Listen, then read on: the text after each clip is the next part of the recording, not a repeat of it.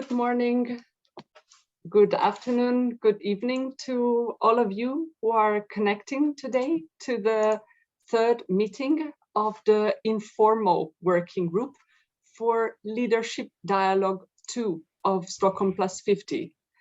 I'm delighted to welcome you all to the session, and I know you're now joining the meeting and getting to hear me. We'll just be starting in second with what is the opening session of our day. And in our opening session, you will first hear few welcoming remarks. And I'm delighted to be giving the floor to the co-host of the Stockholm Plus 50 international meeting to welcome you all to the third meeting of the informal working group.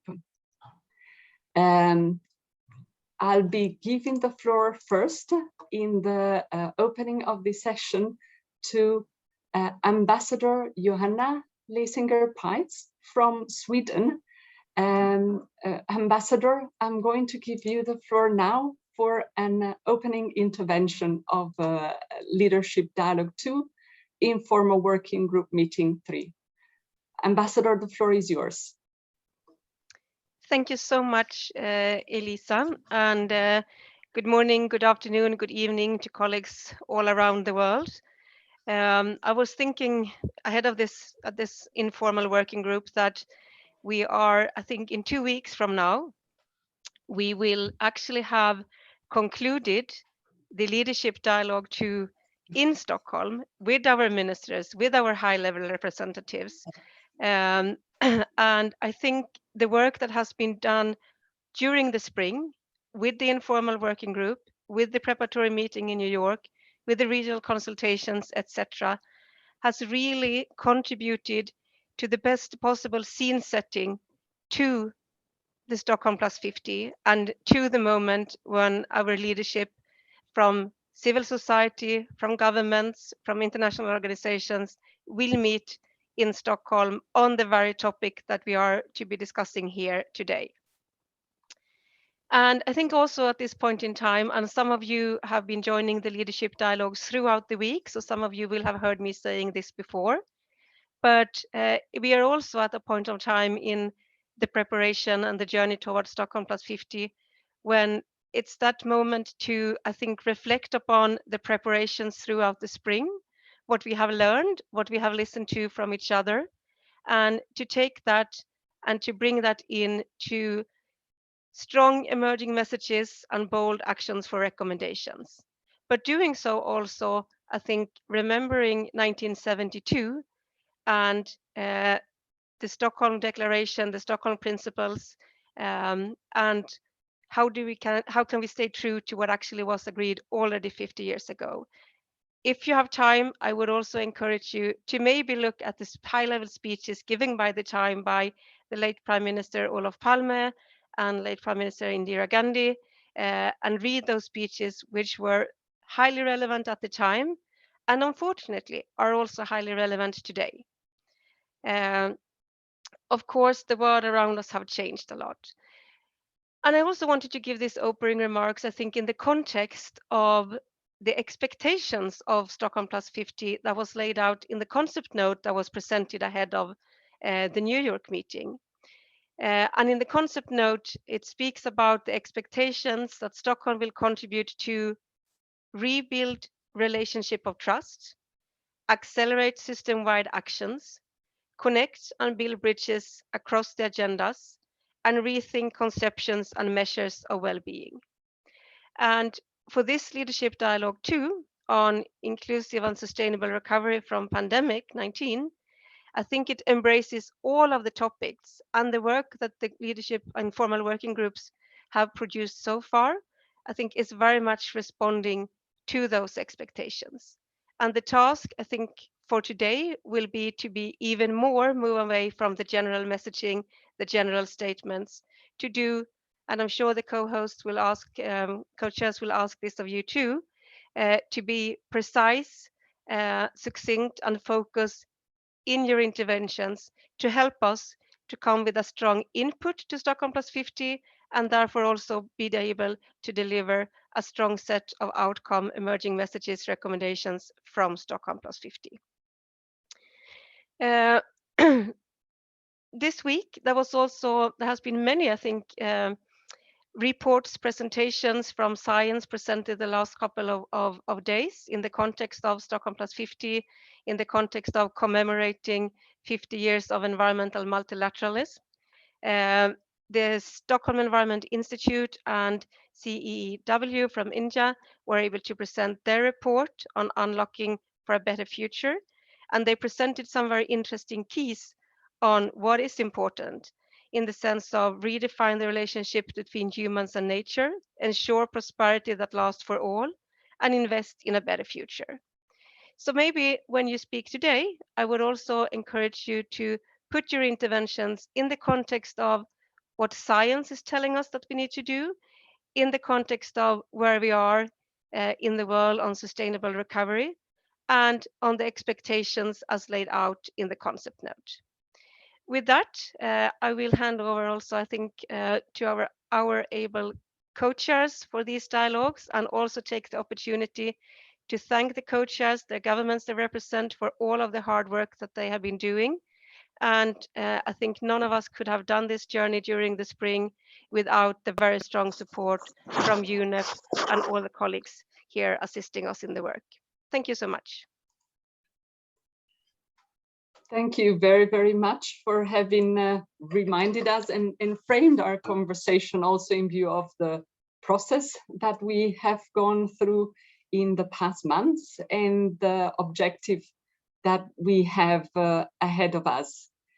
And I'm going to be giving the floor to the other co-host from Kenya, Ambassador Njamba Kinguju, for opening remarks.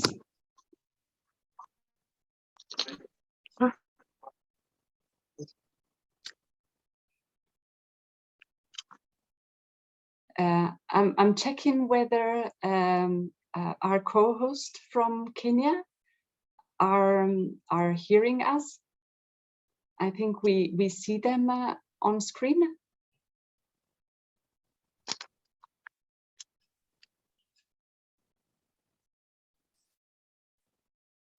There seems to be a technical problem in the connection with Kenya, and we'll be giving the floor back again as soon as the technical problem is addressed, and I'll therefore be moving to giving the floor to the co-chairs of Leadership Dialogue 2 for their opening reflections for today's third meeting of the informal working group.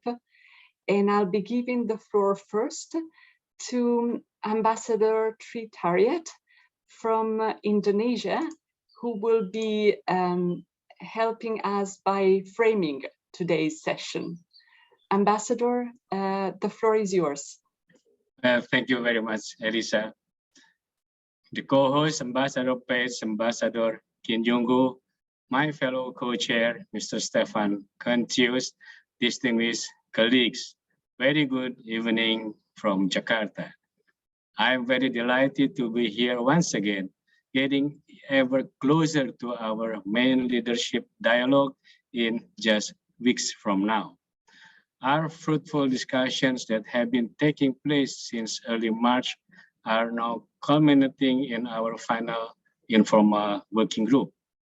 We have noted various recommendations based on the observations, insights, best practices, and experiences of many participants. I really hope that our discussion today with able speakers with us today will help focus and narrow down the recommendations that will serve as the basis of our next leadership dialogues in Stockholm. We all want to ensure that all recommendations will contribute to achieving a healthy planet for prosperity of all. Our theme, achieving a sustainable and inclusive recovery from the COVID-19 pandemic should always guide us in coming up with recommendations for consideration. We need also to ensure that the recommendations will be sustainable for our future generation and inclusive with no one left behind. I'm very sure of our capable moderator today, Elisa Tonda, will assist us further in our discussion. And I look forward to hearing your thoughts and ideas. And I thank you, and over to you, Elisa. Thank you very much, Ambassador, for having put forward your expectations for today's meeting. And allow me to give the floor now to Mr. Stefan Contius, the co-host of the co-chair, sorry, for Leadership Dialogue 2. Mr. Contius, I'm giving you the floor. Dear Ambassador Nyamu Kinyungo, dear Ambassador Lissinger Peitz, dear Ambassador Tritayat, Excellencies, distinguished delegates, dear friends, ladies and gentlemen. Very happy to welcome you to the third and last informal working group meeting for the Leadership Dialogue 2. As the last IPCC report shows, climate change is causing increasingly irreversible losses in terrestrial, freshwater, coastal, and open marine ecosystems, endangering their resilience and natural adaptive capacity. It also highlights how to combat climate change. Looking at carbon footprints alone will not do the job.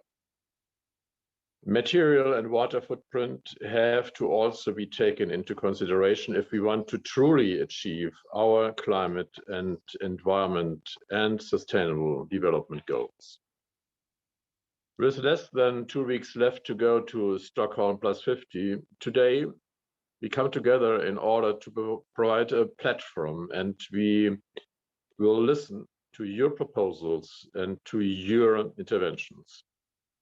Most notably, we would like to hear from you your perspectives on how short and midterm green recovery measures could contribute to a lasting, equitable, and sustainable recovery from the pandemic.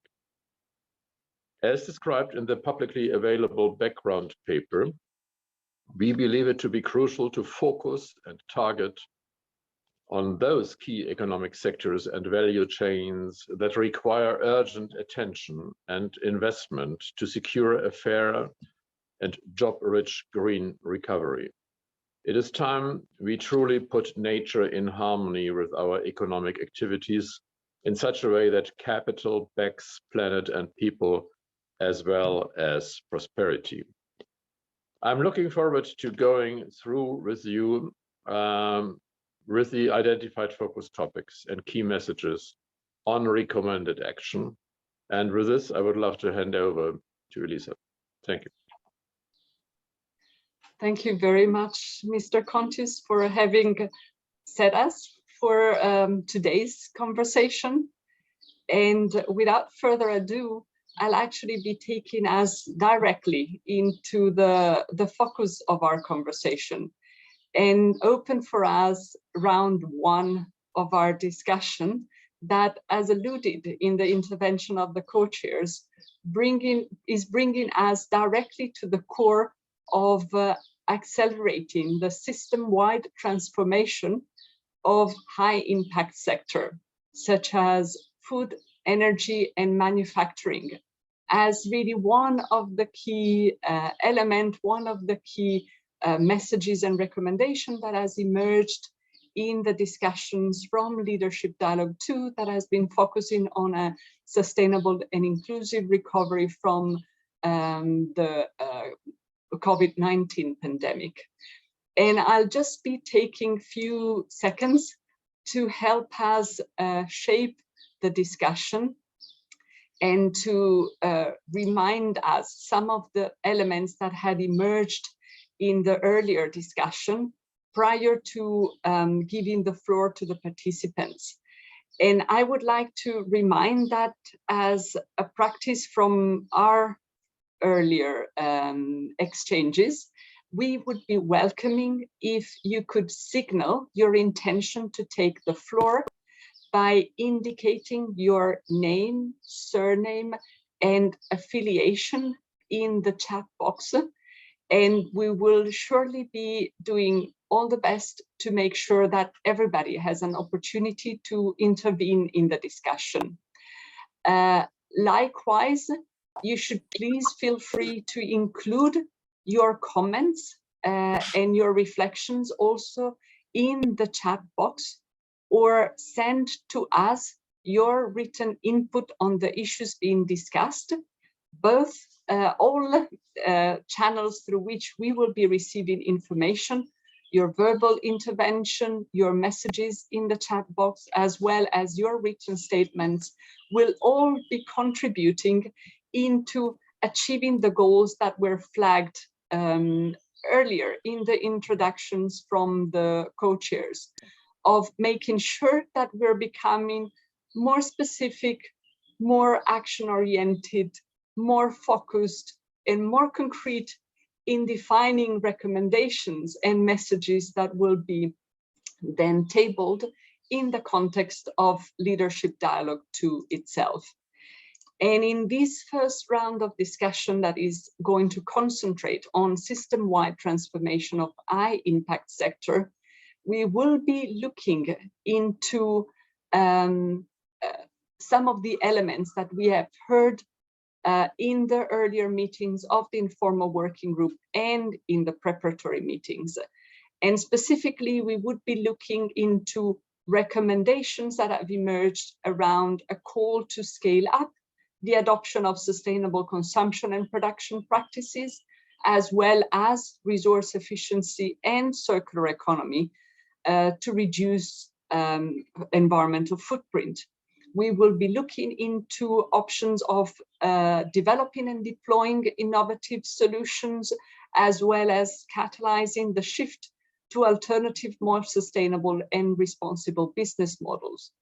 We will also look into and discuss how we can refine, make more concrete, make more impactful the messages that we have heard around scaling up efforts to strengthen micro, small, and medium enterprises, support their path of growth, including through digital transformation, increase their resilience to future shock, and enable their access to global trading system. We will concentrate also our discussion on messages that we have heard on increasing the investment in education system, increasing access to education and knowledge for children and youth, and the development of the skill set required for the economy of tomorrow. In addition, and specifically zooming in one of the high impact sector that we have prioritized for the discussions, and namely the food impact sector, we also would be looking at concrete messages around how we can align and increase effort to create a food system that is nature positive, in which land and natural resources are sustainably managed, which promotes the welfare of smallholder farmers, provides healthy diets, and tackles food waste.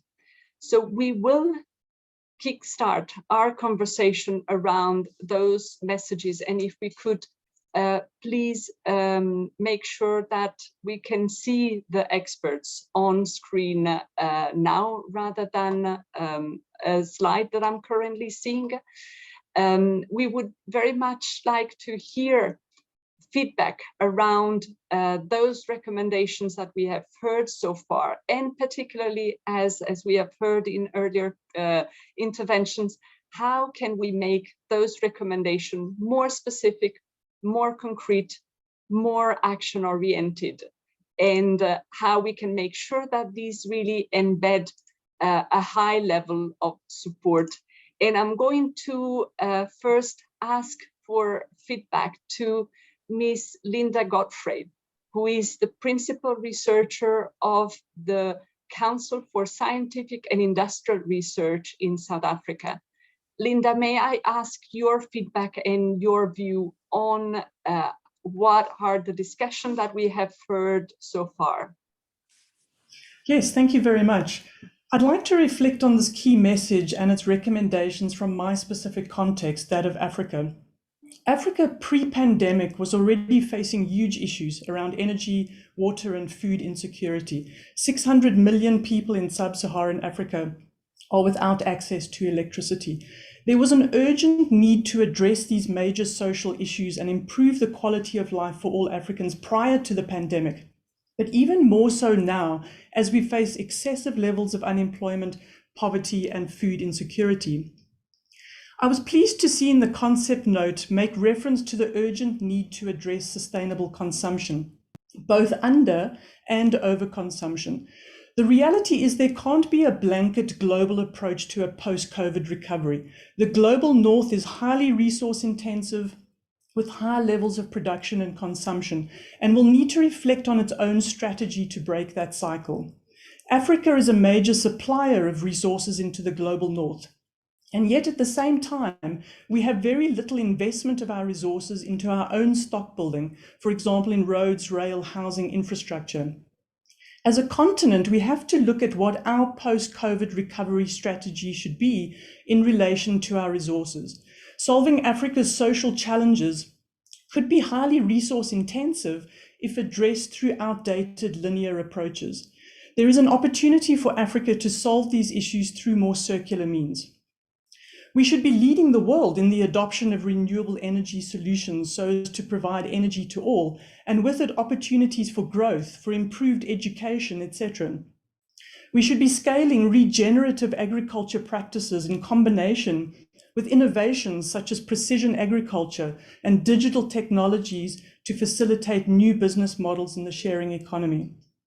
We need to rethink manufacturing. Do we want to grow Africa's manufacturing sector through traditional means, or are there new ways of getting products and services to people that are less resource intensive, more affordable, and create opportunities for small businesses, especially the youth?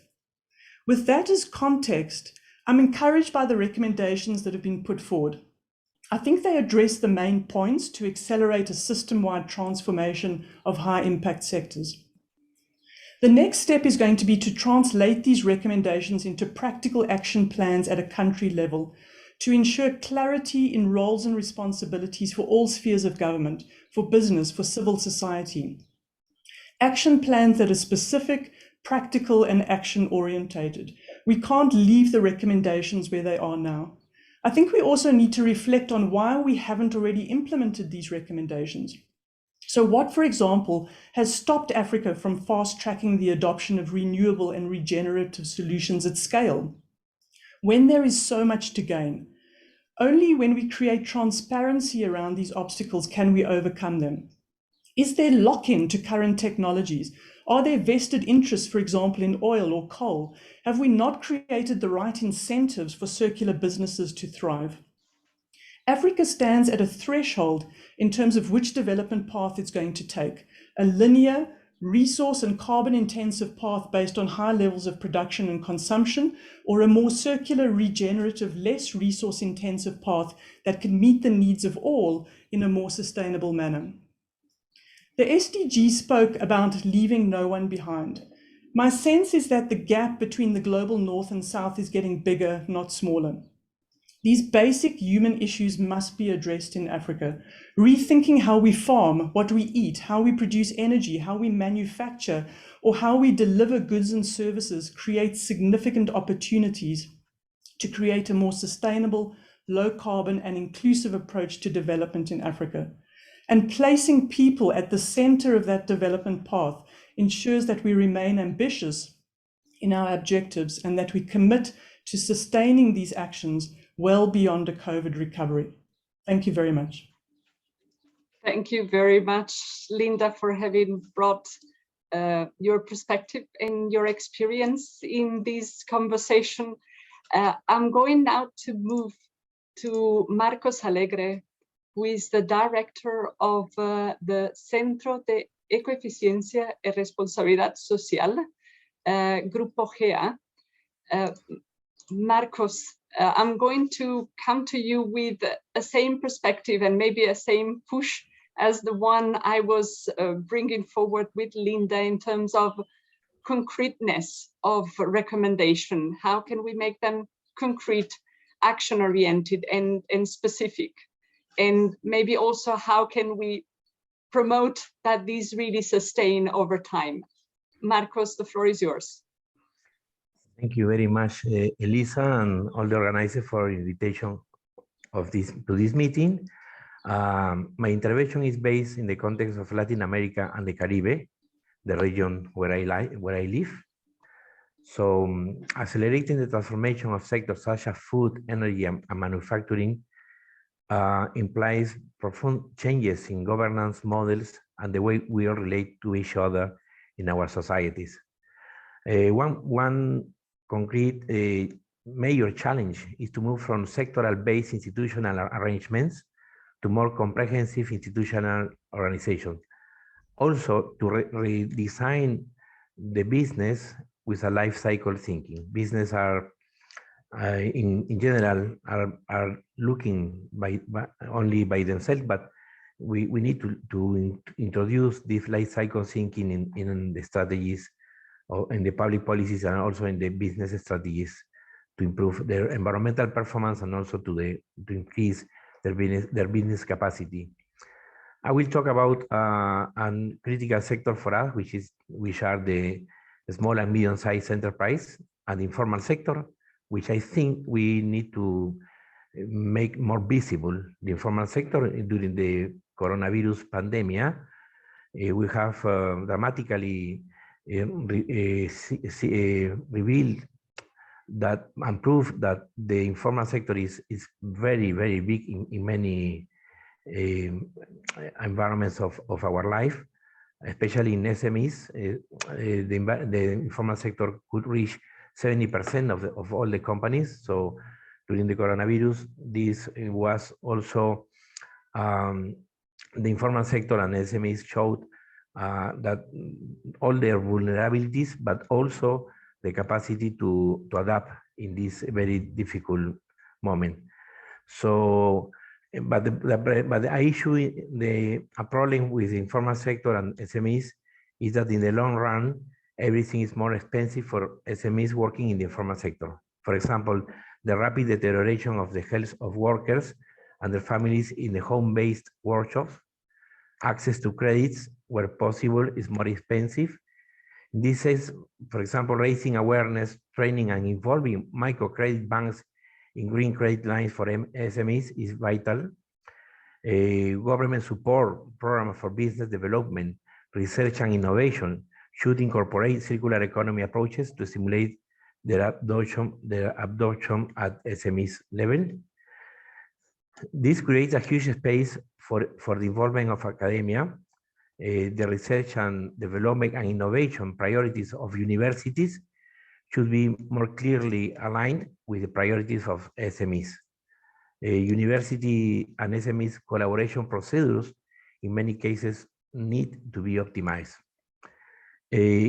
Also including SMEs in global value chains for food and industry provides an excellent opportunities to improve the environmental and business capacity of SMEs. In many cases, clients' demands from the countries in the north requires environmental and social standards that many times the consumer capacity to require more sustainable products is more powerful than the capacity of the government to enforce environmental regulations. Thank you. I think this is all for the moment. Thank you, Elisa. Thank you very much, Marcos, for having brought into the conversation strongly the perspective of micro, small, and medium enterprises and the connection with the educating system. We were expecting to hear also from Vicky Tauli-Corpus, who is the Executive Director of Teba Foundation and former Special Rapporteur on the rights of Indigenous people. And for the time being, we guess that Vicky might have a technical problem to be online, but if she's connected, please do raise your hand, as our technical team has not been able to identify you so far. And while this is addressed, I'm going to ask to Mr. Stefanos Patou, who is the Director of the Office of the Sustainable Development Goal at FAO, the Food and Agriculture Organization, to help us further reflect on the ideas around the acceleration of system-wide transformation of high-impact sector. And Stefanos, I'm going to give the floor to you now. Thank you very much, Elisa, and thank you for inviting me to this meeting. I'm really delighted to participate. It's very much symbolic, I think, because, as you said, I'm serving in the FAO Office of Sustainable Development Goals, but many colleagues might know here that for 10 years I served in UNEP. Some of them we served together, and issues of sustainable consumption, production, and the Sustainable Development Goals was something we were looking. So I would like to reflect to the draft messages that I have read on under the Leadership Dialogue 2. And I would like to also give a perspective from the food and agricultural sector, or how we would like, and I think it's preferable to call it now, the agri-food system value chain.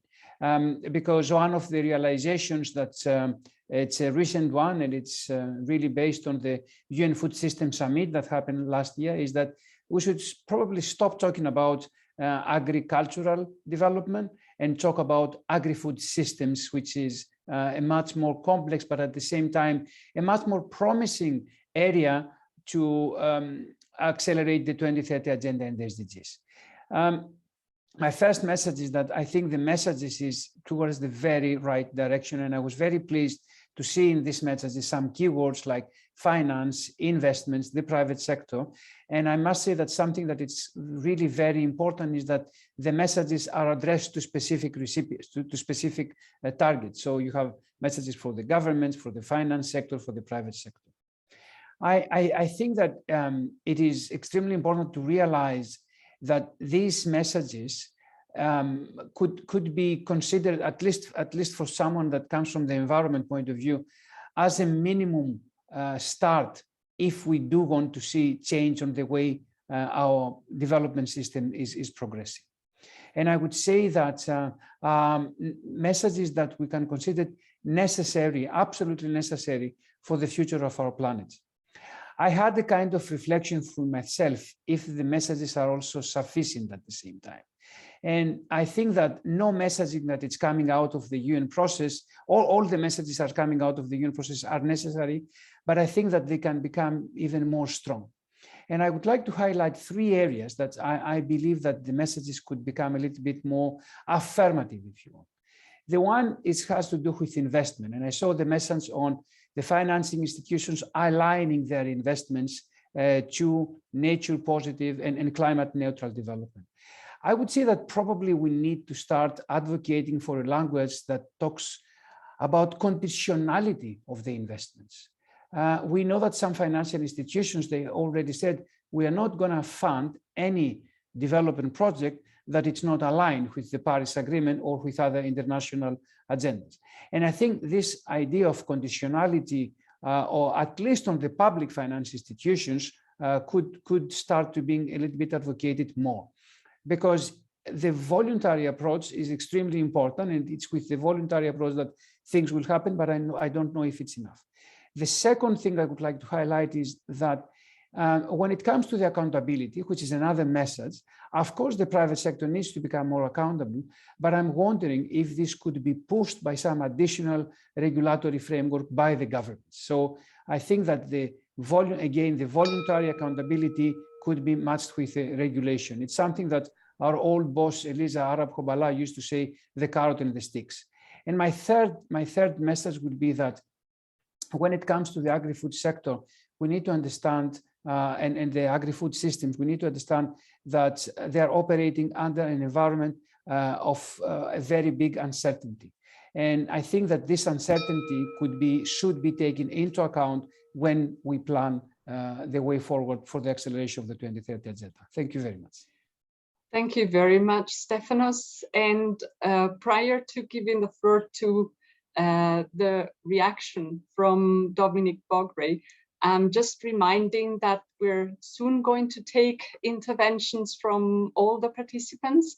And I know you've been very active already in requesting the floor. We have seen a lot of requests coming in from the chat with your name, surname, and affiliation. Please do continue to do so, as we are listing all the requests for intervention, and we're soon going to come to you to react to what you have heard and to react to what you had also heard in the earlier iterations of the informal working group. And Dominic, as anticipated, I'm going to give the floor to you. Dominic Vogray is the advisor to the CEO of the World Business Council for Sustainable Development. And Dominic, again, a challenge to you in terms of seeing how the recommendations could become more concrete, more action-oriented, more sustainable. Dominic, the floor is yours. Thank you very much, Elisa. And it's a delight to be here with Leadership Dialogue 2. I'm also delighted to say that by invitation of the Swedish Secretariat in collaboration with our great colleagues at UNEP, the World Business Council for Sustainable Development with the Stockholm Environment Institute has mobilized 6 roundtables of business, over 65 business and organization representatives across 6 global value chains to answer that exact question that you've posed. How can we make more actionable some of these excellent recommendations that are coming out of Leadership Dialogue 2? These ran all through the spring, and there are 3 key findings. First of all, it's fair to say we've seen that in the action agenda for climate, but also in nature, also in pollution, and also in social equity issues. There are many fascinating and excellent industry collaborations, multi-stakeholder coalitions with NGOs along many aspects of key global value chains. There's an awful lot going on, and some of that is excellent, excellent work. Goal 17 is alive and kicking, if you like, on the ground. However, it's not enough. We've got 8 years if we look at the science of the IPCC, particularly on climate change. So what is critical is the next question of how do we get from project and coalition activity to transformative structural change? You've set out some excellent recommendations in the Leadership Dialogue, and what these action tracks have done is to put forward the next level up from project and coalition to transformational change. And there are 3+1 recommendations coming out of the Stockholm Action Agenda, which we will present and discuss at Stockholm Plus 50 in the coming weeks. Number 1, we have so much activity going on in terms of non-state actor action, whether from business, whether from finance, whether from others, that a new kind of architecture to collate and make clear accountability and transparency is very important. We can start with climate, but we can also expand that into other areas, for example, nature action and pollution. We can ensure that if you want to find out what is going on in the business community, in the finance community to tackle these key issues, you can find clear data which is replicable and comparable with other activities, and you can have a dashboard to see what is happening. That relates very much to key message 1 in the dialogue key message 3 in the dialogue about accountability, transparency, traceability. The second area is around circularity, which is obviously in key message 1. And here, the proposition is actually, if we lift up above projects and activities and programs, there is the possibility for a new kind of multi-stakeholder public-private architecture, a kind of circularity protocol that can work to harmonize standards, definitions, and undo the roadblocks and things like transboundary trade, which stop materials going around the world and block the unlock which we can get from the value in the global circular economy. So a kind of circularity protocol, which can cover all key value chains, importantly endorsed and supported by the governmental community. Third, skills and activity related to that. There's a key need in a global skills program to improve the muscle, if you like, between the corporate sector and the international public sector to collaborate, to speak the same language, and to build the bridges and do the things we know we need to get done. Equally, to invest in and stimulate the entrepreneurs, the micro and small and medium enterprises who will be the unicorns and the large-scale businesses of tomorrow. So that was the third area, a global skills program. So those are practical things that we'll put forward in the Stockholm Action Program related to Leadership Dialogue 2. Thank you very much, Lisa. Thank you very much, Dominic, for your reflections and for the concrete ideas that are already on the table from your side. And I'm also seeing that there's really a lot of interest to intervene in these round of discussion. And I'm going to ask to Zach Abrams from WWF International to please raise the hand so that the technical team can identify you and enable your mic and camera to be operational. I'm also alerting Prisha Kumar and Paula Passos, who have requested the floor, that they would be coming next so that they can already do the same, raise the hand so that the technical team can start identifying them. And Zach, if I may, I'm going to give you the floor. Great, thank you. And introducing myself, Zach Abraham from WWF International. I want to thank the expert panelists for bringing such an important insight into the recommendations. And from WWF's perspective, of course, we see all the right ingredients in the document, particularly the need to shift for more sustainable production and consumption.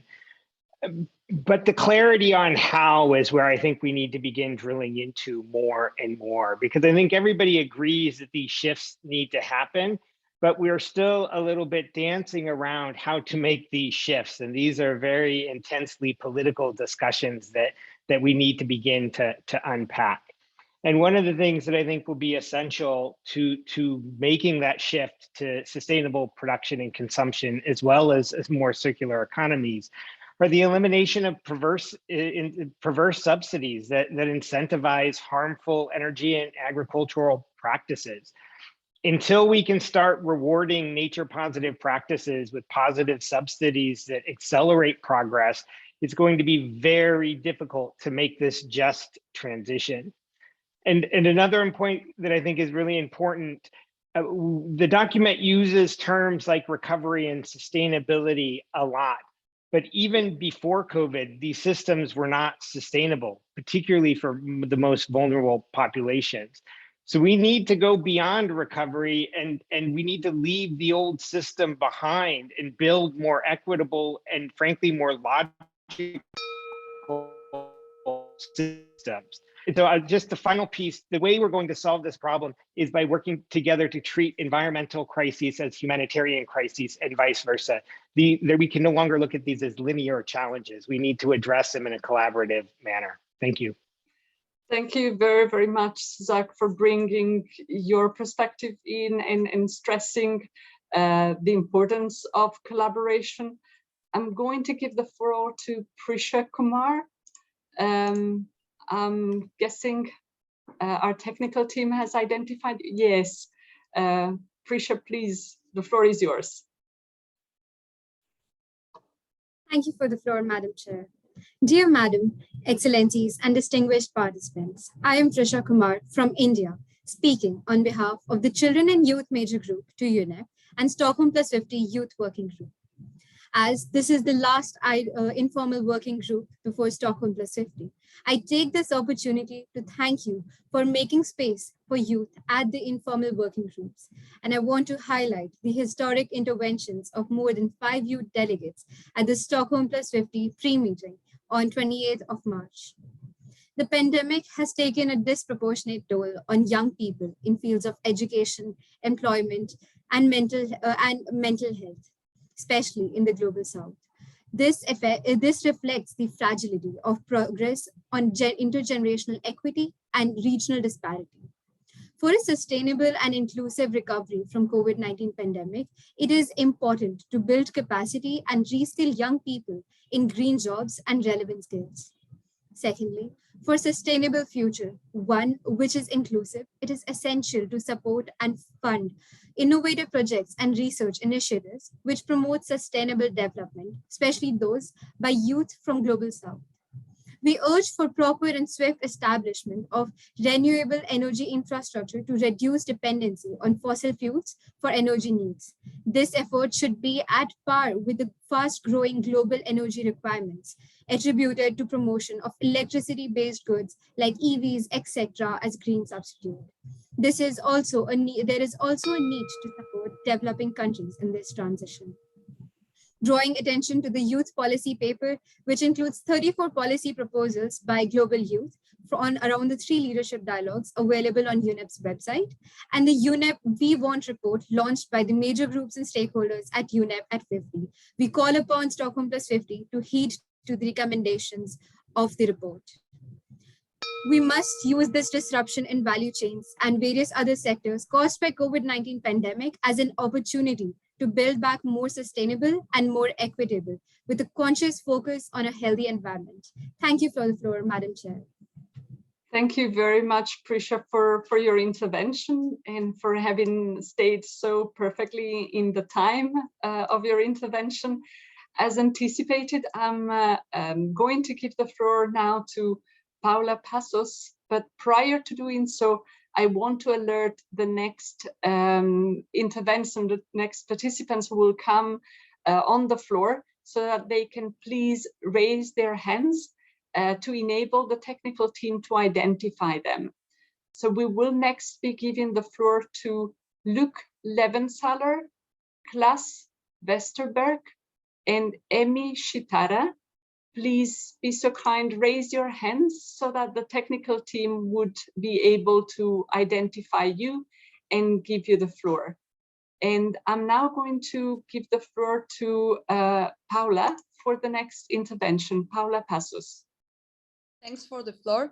We are the Youth Forum of the School of the Study of Intuition, an NGO with consultative status in ECOSOC 2020. We want to present a specific action that our NGO has been doing for more than 20 years for free. Our efforts are focused on educating the human being, teaching him to integrate values through his intuition. We teach a method that allows the student to recognize itself in daily life as a part of nature that gives the life and also protect us. In the time of the pandemic, no one of our students has fatally suffered from the COVID disease. We want to show with this that integrating the intuition is possible to modify the behavior of the human beings toward the common good and stay healthy. Although the human beings have the information on how to prevent and resolve situations that degrade biodiversity, the environment, or the spice itself, it still don't know how to achieve the common good. We must know as a spice that the answer is within every human being. Have you ever said to yourself, I knew this was going to happen and it happened? That inner knowledge is intuition. Our school teaches to develop it through the first mechanism that prevent all the errors that human could make. When we fall into an error like throwing a piece of paper on the floor, we know that we shouldn't do it, and we do it because we ignore that there is a thought that before tell us don't do it. Little time is needed to modify the behavior of the human being toward the common good. We know that by learning this mechanism, we can achieve it. We teach the 5 continents for free. Thank you very much and for the time, and we remain at your disposal. Thank you. Thank you very much, Paula. And the next participants who had asked to intervene is Luc Levin, Saller. I'm not sure whether Luc is present now. I don't seem to see Luc on screen. If this is not the case, I'll get back to Luke in a second, and I'll now give the floor. Sorry. Hi, my name is Levin, Saller. I am an American youth climate activist from California. Sorry, I had to run. Look, if you want, I'll just give 1 second the floor to the next speaker and come back to you immediately so that you can take your break. Yeah. Would that be okay? Yes. Super. So I'll come back to you in 2 minutes. And I'm going to ask, please, to Klaas Vesterberg to please come in. Klaas, the floor is yours. Thanks, Elisa, and great to be back in this conversation. I think it's fantastic what Stockholm Plus 50 is striving towards, and it's a great moment to look back at 50 years of international collaboration on the environment and take a big picture on where we need to go. Foster innovative approaches, strengthen multilateralism, and most of all, looking at systems-based approaches for where we want to go next. And I think one system-based approach, which is appearing in the leadership dialogues throughout, but where recommendations can be strengthened, is circular economy. It can tackle multiple environmental aims, biodiversity loss, climate change, pollution, but we need to think about who is in the right position to drive systems change. And I think we need to recognize that global collaboration on circular economy, being a relatively new concept, has some catching up to do. And we need better institutional frameworks for how we organize around circular economy as a systems-based approach to achieve change. And there's 4 areas where I think we can achieve better global institutional frameworks. The first one is policy dialogue and knowledge exchange. A lot of individual countries are moving on the agenda, and they can exchange more effectively and on a broader scale. On circular metrics and data, a couple of countries have been brave enough to realize that they're actually not circular at all. And the methodologies for measuring circularity as a country need to be adopted on a global level. Third area, we need to foster circularity in value chains, but every value chain is specific and unique.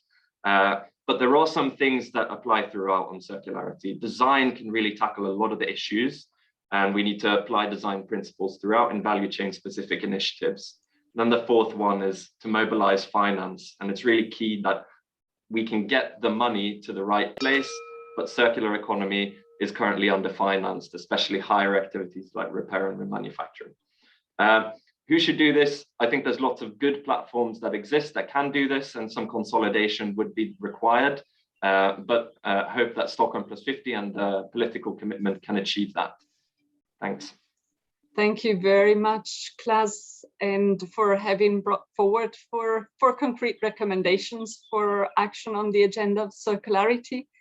And Luke, as anticipated, I'm giving the floor back to you. Luke, please, the floor is yours.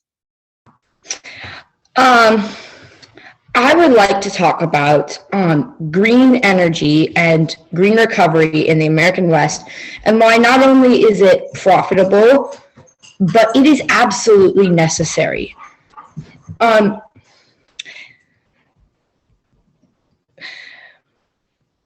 Excuse me, I just need to do.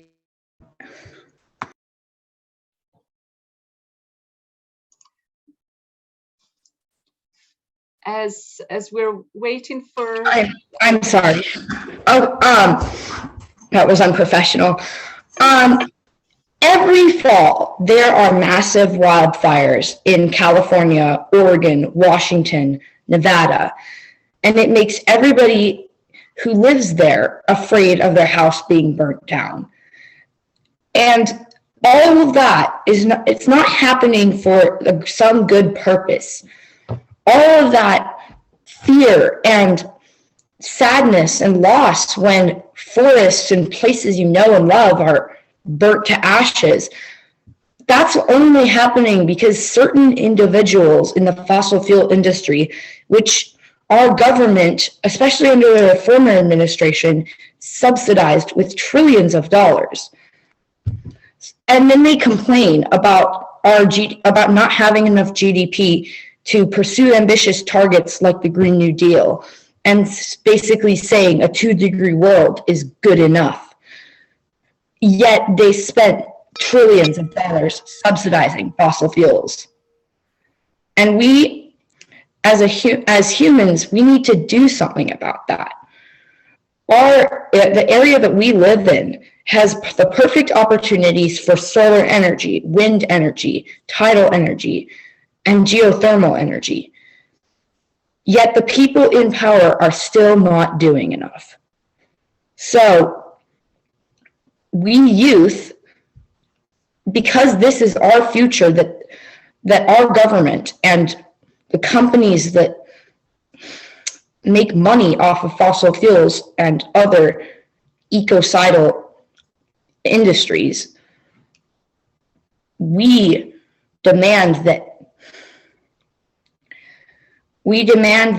our government and all the governments around the world put pressure on the United States of America to pursue ambitious targets that keep us under 1.5 degrees Celsius, not 2 degrees, not 3 degrees, 1.5.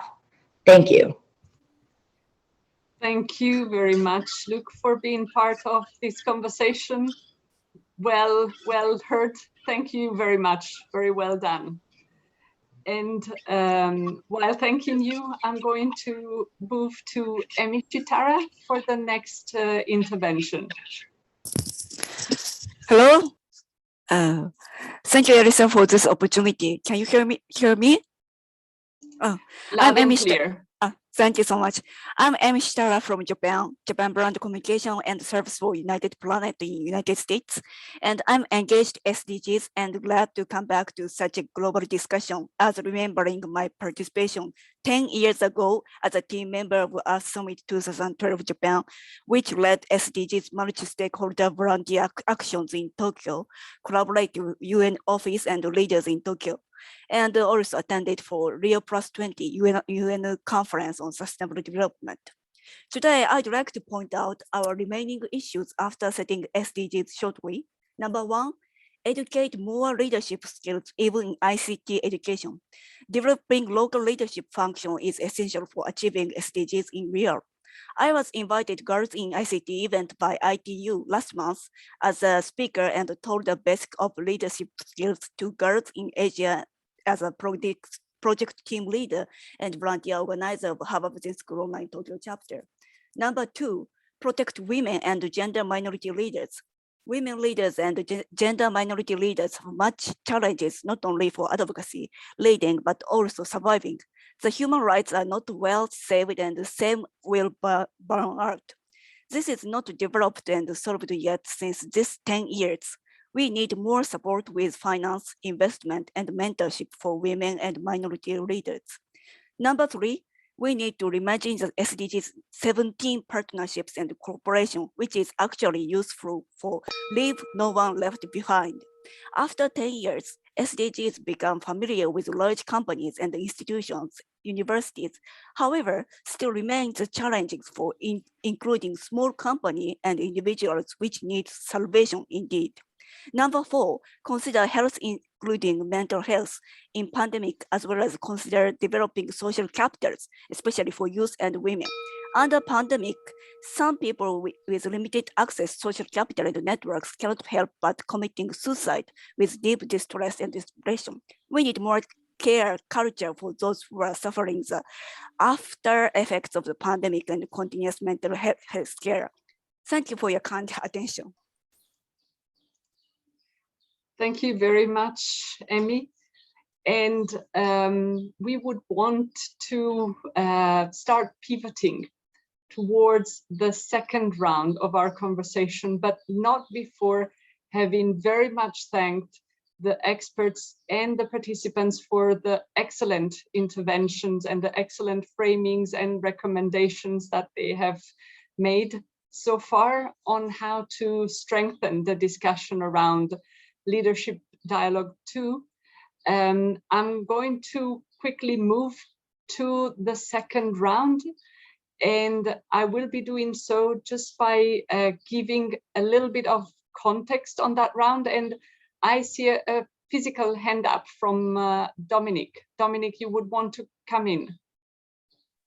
No, it was just a hand of thanks for a great discussion and a great panelist, and a delight to see bringing in the voice of youth from around the world. So congrats on the dialogue and the first segment. Thank you. Thank you very much, Dominic, for the feedback. Thank you. As anticipated, we're going to move to the second round of discussion. And I know there's a lot of requests for intervention, and please do keep them going. We're going to reopen the floor for intervention very soon.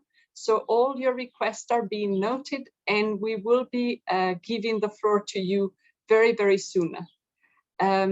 What I will be doing, as we did at the beginning of the first round of discussion, is just to give some of the elements that we have heard in earlier informal working groups and during the preparatory meeting in relation to a second set of recommendations and messages related to Leadership Dialogue 2.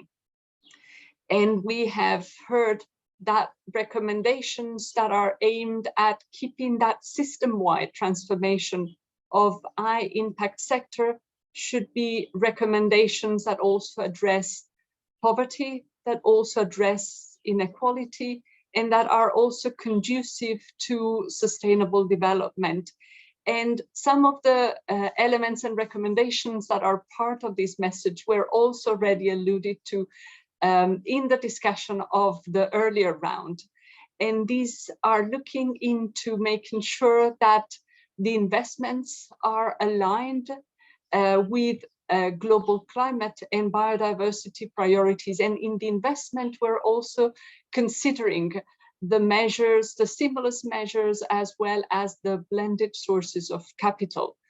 Being these aligned also, being these in support also of nature-based solution as defined in the UNEA 5 resolutions, being in support of ecosystem-based approaches with strong social and environmental standards.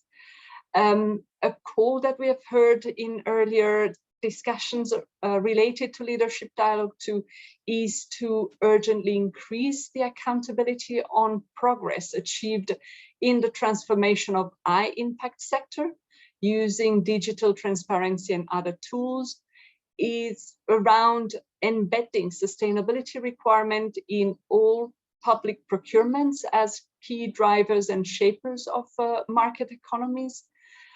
We have heard call to urgently step up technical and financial support for developing countries, small island developing states, least developed countries to accelerate their recovery post-pandemic and to transition to low carbon and climate resilient, resource efficient, nature positive, inclusive and resilient value chains.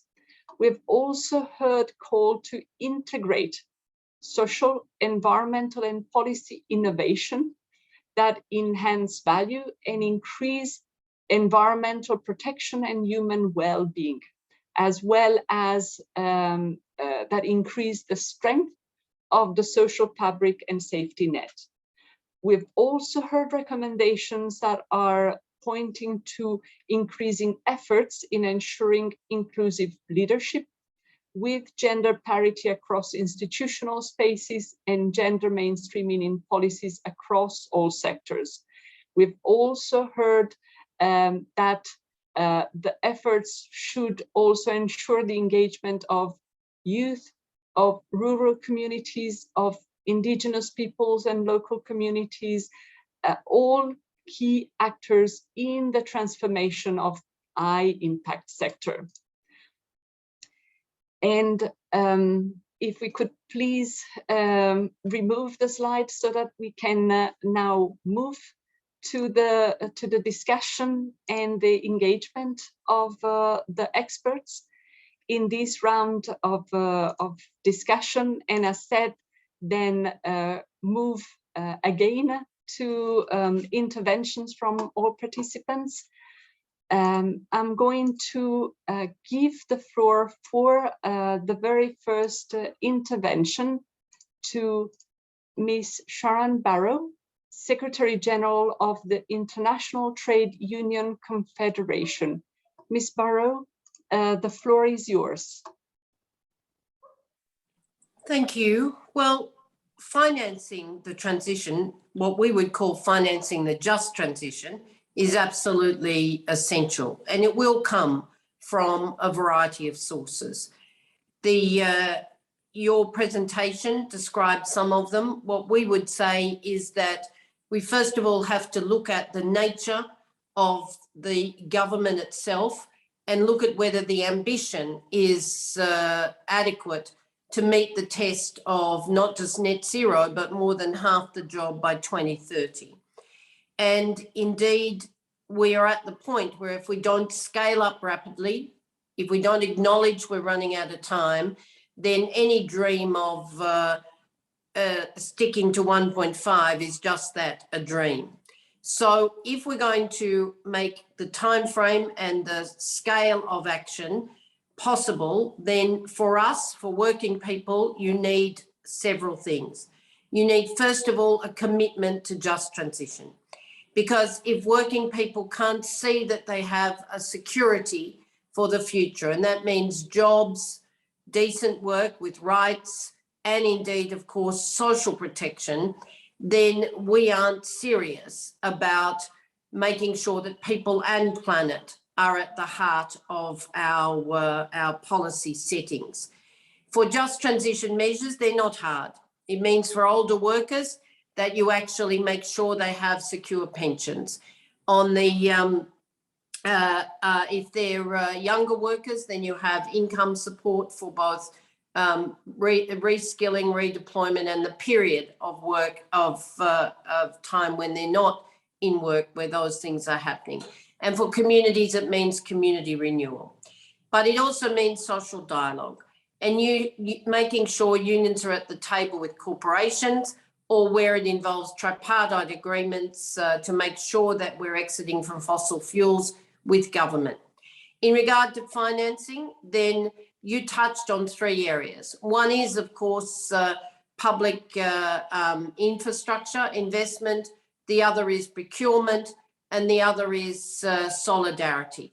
The first one is, there's no doubt that if governments invest in care, in infrastructure and in the transition arrangement through a variety of measures, directly through R&D, through to ensure innovation, with creative frameworks where you see now funds that can be rolled over that actually allow people to invest in renewables where it's startup or additional capital. There are lots of schemes.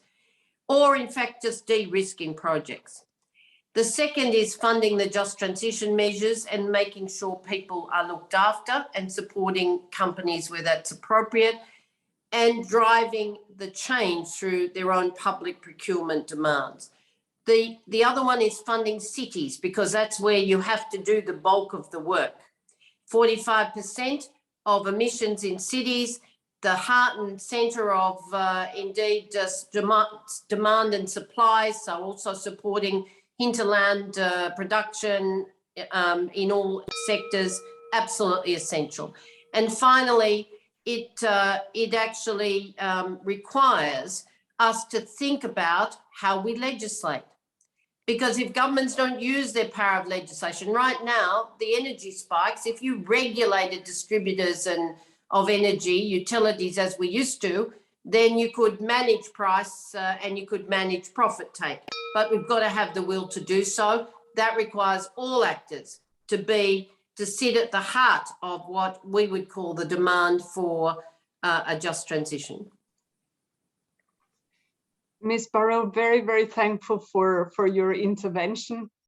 And actually, as your intervention was unfolding, I was seeing some of the experts also nodding at the messages that you were putting on the table. And I'm actually going to give the floor for our next intervention to Adam Matthew, who is the Chief Responsible Investment Officer of the Church of England Pension Board.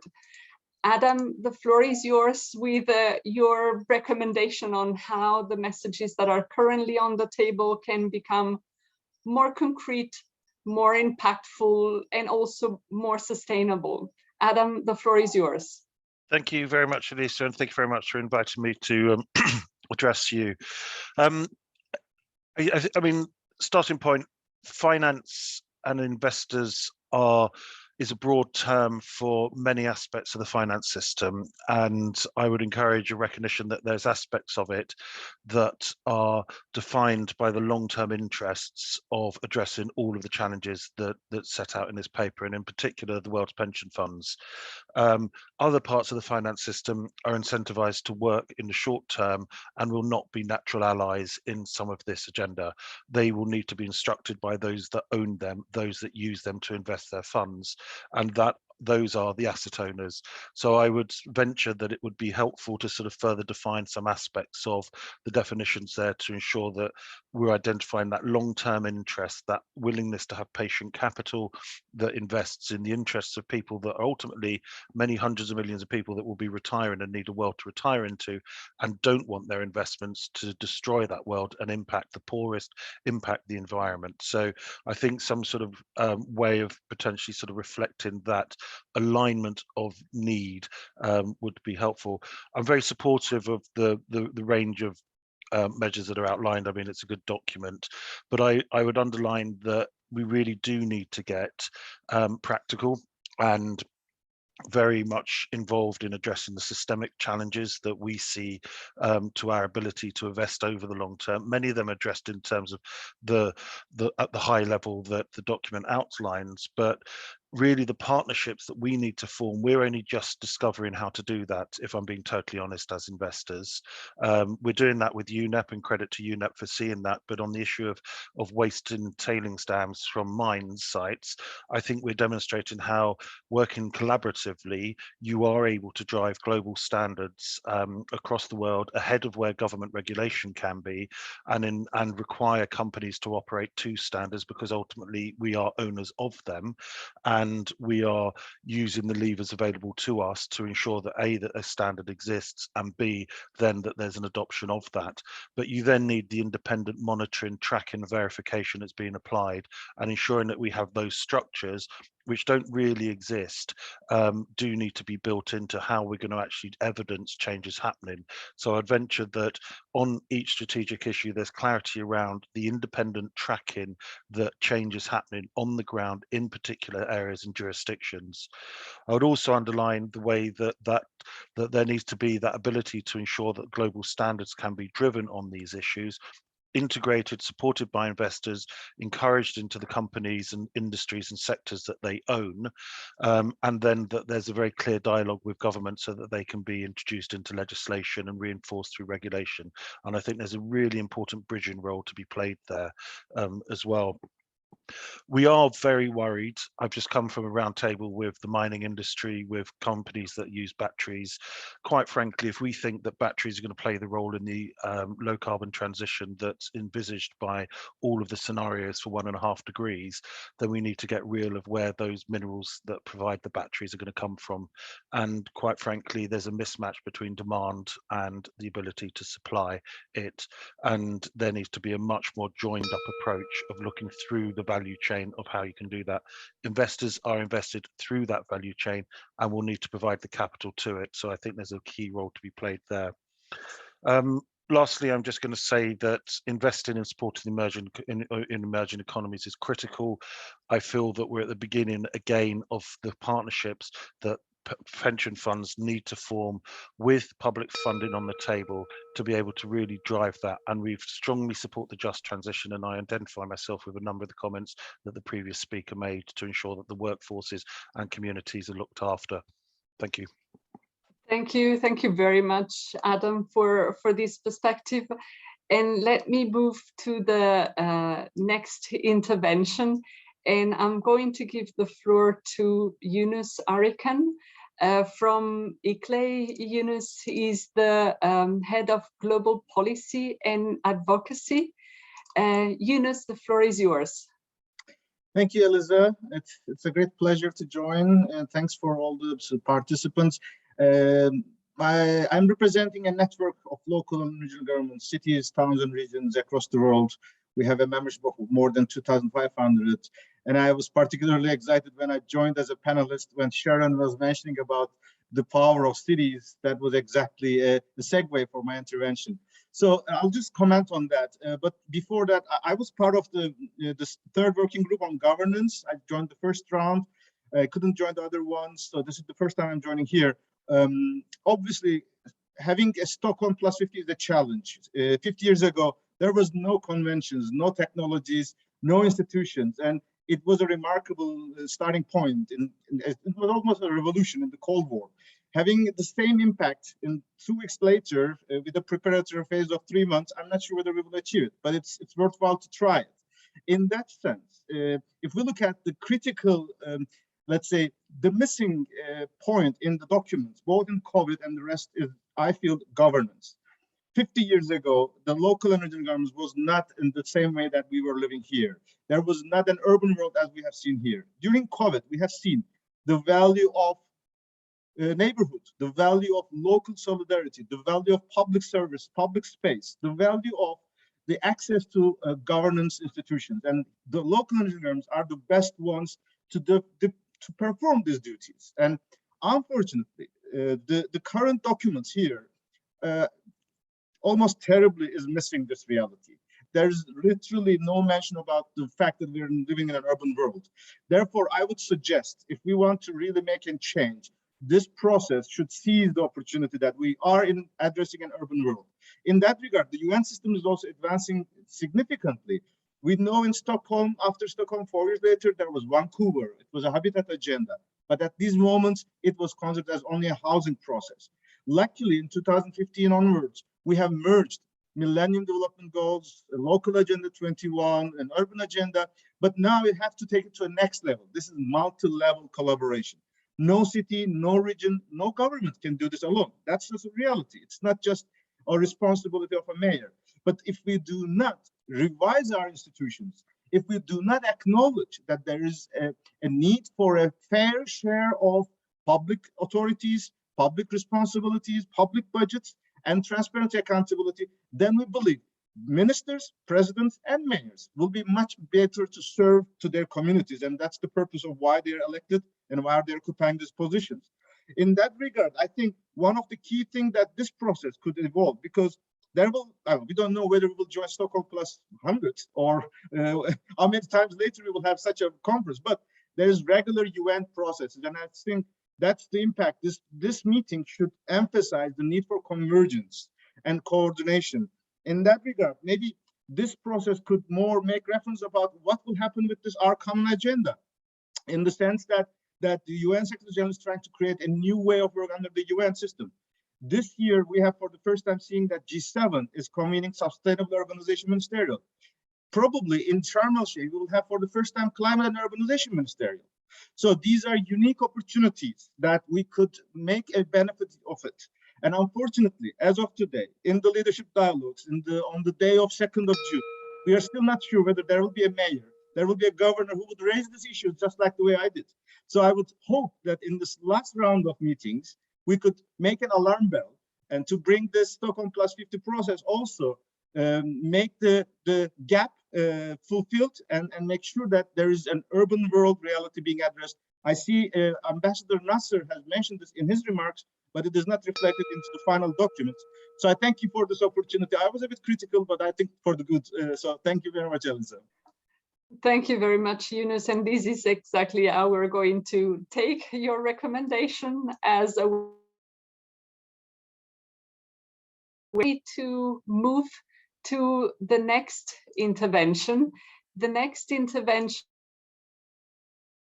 from Priyank Jain, and who has been in the writing team of the report Stockholm plus 50, Unlocking a Better Future. And I understand the report was released was launched 2 days ago, if I'm not mistaken. So we would really want to hear some reflection from the work that you have undertaken, Priyank, and how these can help sharpening, strengthening, making more impactful the discussions and the recommendations emerging from these leadership dialogue. Sure. Thank you, Elisa, for giving me the floor.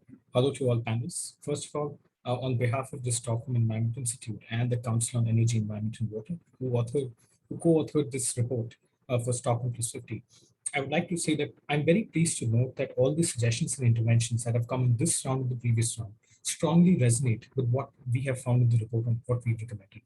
To make use of the time, I would like to just summarize the report in like in 1-2 specific lines. We highlight and we've identified that we have the tools and information to act, but the action gap is really missing. There's a huge action gap. And we propose 3 transformative actions that need to be taken and 3 barriers that must be overcome. And in total, we make 52 recommendations.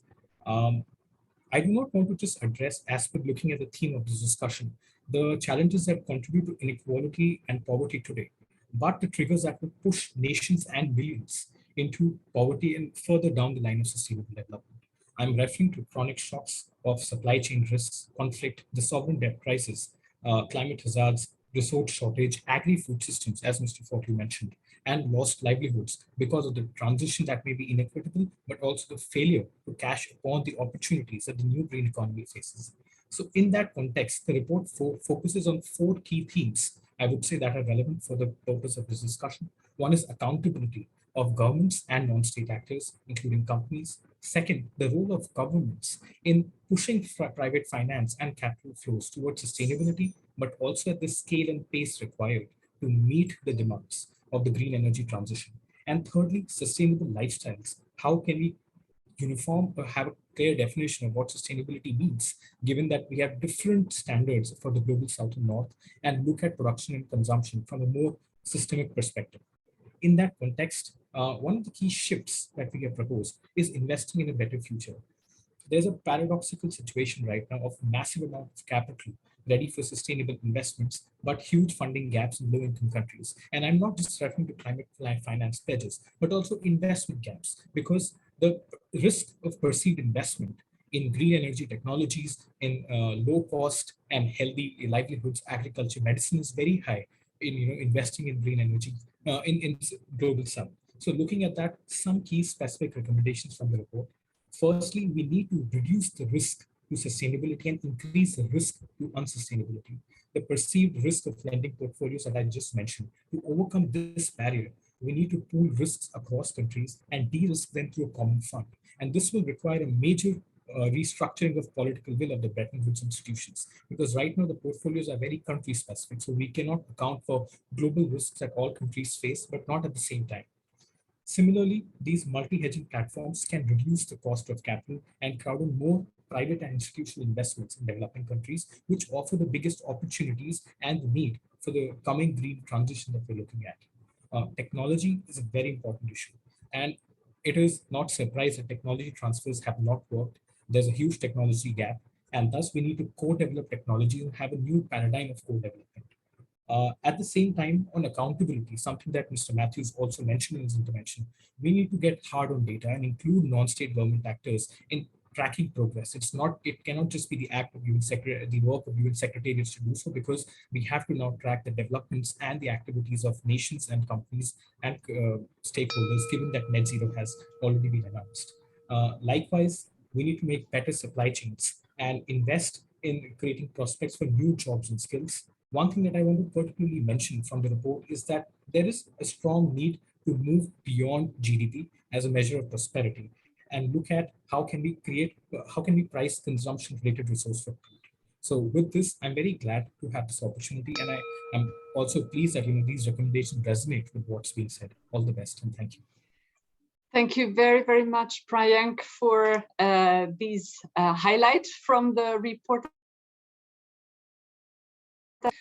Priyank, I also need to know that there have been some technical problems.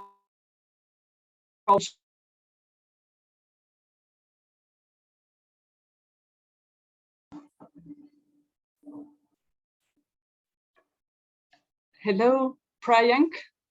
I can hear you. I was mentioning that there were some small technical challenges in hearing your intervention in full. If you would not mind to share your intervention with us so that we can make sure we capture your messages entirely. Sure, I will share that, and sorry for the technical glitches. Not a problem. I think we captured the most of it, but we just want to make sure we're not missing any important element. And let me now move to our very last intervention from experts to this round, acknowledging that we will soon be opening the floor from participants. And as said, I know many of you have already registered to be able to intervene during this meeting. I'm now going to give the floor to Mr. Mark Gouch, who is the CEO of Capitals Coalition. Mark, the floor is yours. Thank you very much. And it's good to be here with all of you.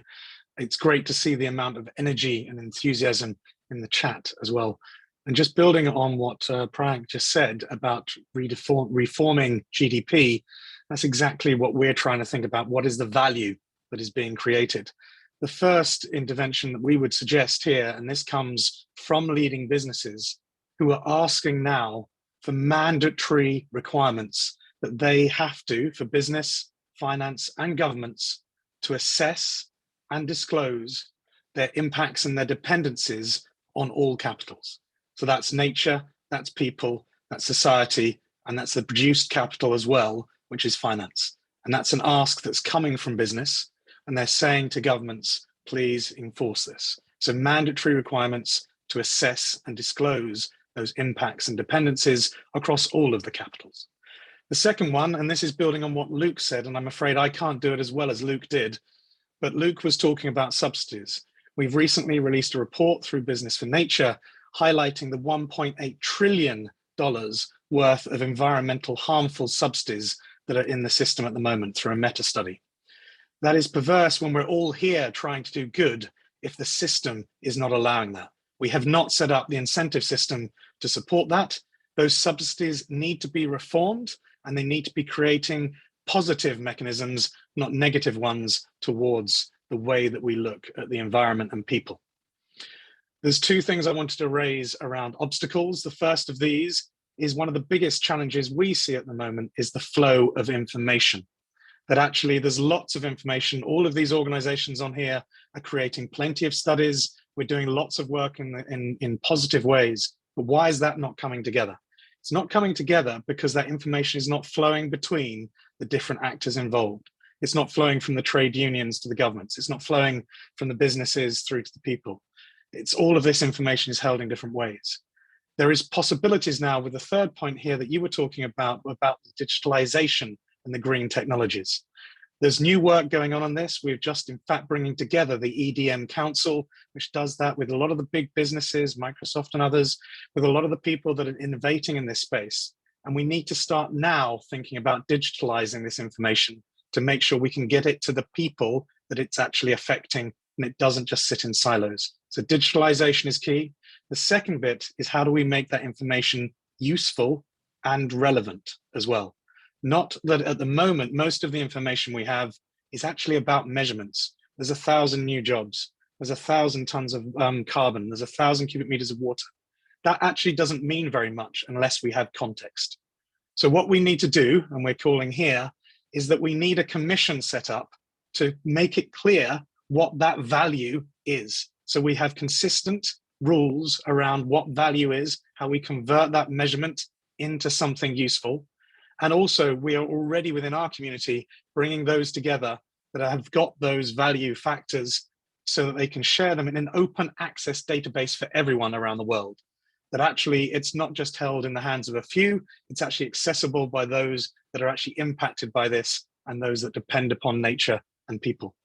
Finally, we need to have the enabling environment from government. We're supporting radical collaboration, obviously, and we need to support standardization of some of the frameworks and things. There is work out there on the work I'm talking about, the natural and social and human capital protocols. These need to be supported. They've been applied hundreds of thousands of times, but we need to standardize these and make these mandatory, as I was saying at the beginning. Thank you very much. Thank you very much, Mark, for these reflections and for contributing to the discussion. I'm going to move to allow participants to come in with further reflection, and I'm going to read the name for the first 3 speakers to whom we will be giving the floor, and we'll follow the usual practice. I'll ask you to then please raise your hands so that the technical team can identify you and enable your microphone and your video. If you could please raise your hand, Ahmed Oda, Mark Chester, Yunus Svedding. I'm going to start by giving the floor to Ahmed Oda. Ahmed, the floor is yours. Thank you so much.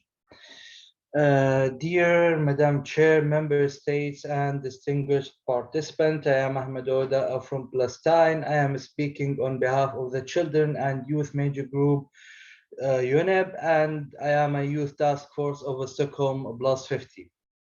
As noted in the key messages from the 3 rounds of the informal working group before the Stockholm meeting, I want to highlight the following points. First, to ensure a successful future and sustainable transformation, we must support small businesses and local communities, as they are amongst the sectors most affected by the pandemic. And it is urgent for the governments to intervene to support them and make them stronger for the challenges that lie ahead.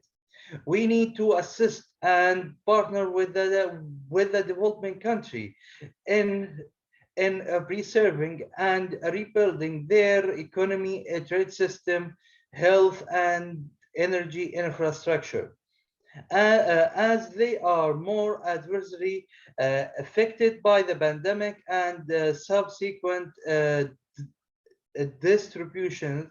Already 40% of the world's population, more than a half of the youth, have lost their jobs due to the COVID-19 and lack of the response to the climate change. 30% of the region's youth have lost their homes due to the extreme weather and disaster caused by the climate change, and 300 million children have lost their access to education. Third, investment flows for sustainable recovery must align with the climate change and biodiversity priorities. These investments will allow us to address the effects of the pandemic and poverty while ensure a sustainable future. We must work together to develop the health sector. Fourth, it plays a critical role of facing the pandemic and saving lives so that we can prevent any future crisis such as the COVID-19 pandemic and other. Fifth, the youth must be included in the sustainable transformation processes because they are the major of the stakeholders and the generations that facing the pandemic and the climate change. So they should be supported and empowerment. The last point, sorry, the environmental education must be included in the schools, university, curriculum to raise the environmental awareness in order to ensure active community participation in the sustainable transformation. Thank you, Madam Flor, and actually I am one of the COVID-19 cases here. Thank you. Thank you very much, Ahmed, for joining us today and for bringing your perspective to the discussion.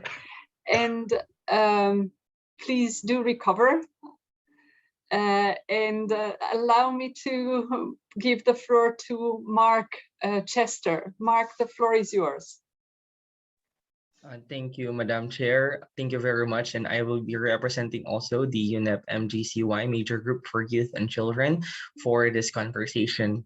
I begin by saying that I support all the points that was raised by the former interveners, and I also want to raise that financing climate adaptation initiatives and preserving the rights of those who are underprivileged, such as indigenous people, such as those who are below in the poverty line, may be challenging for our part. However, through assessing our financial systems and promoting transparency in our administrations,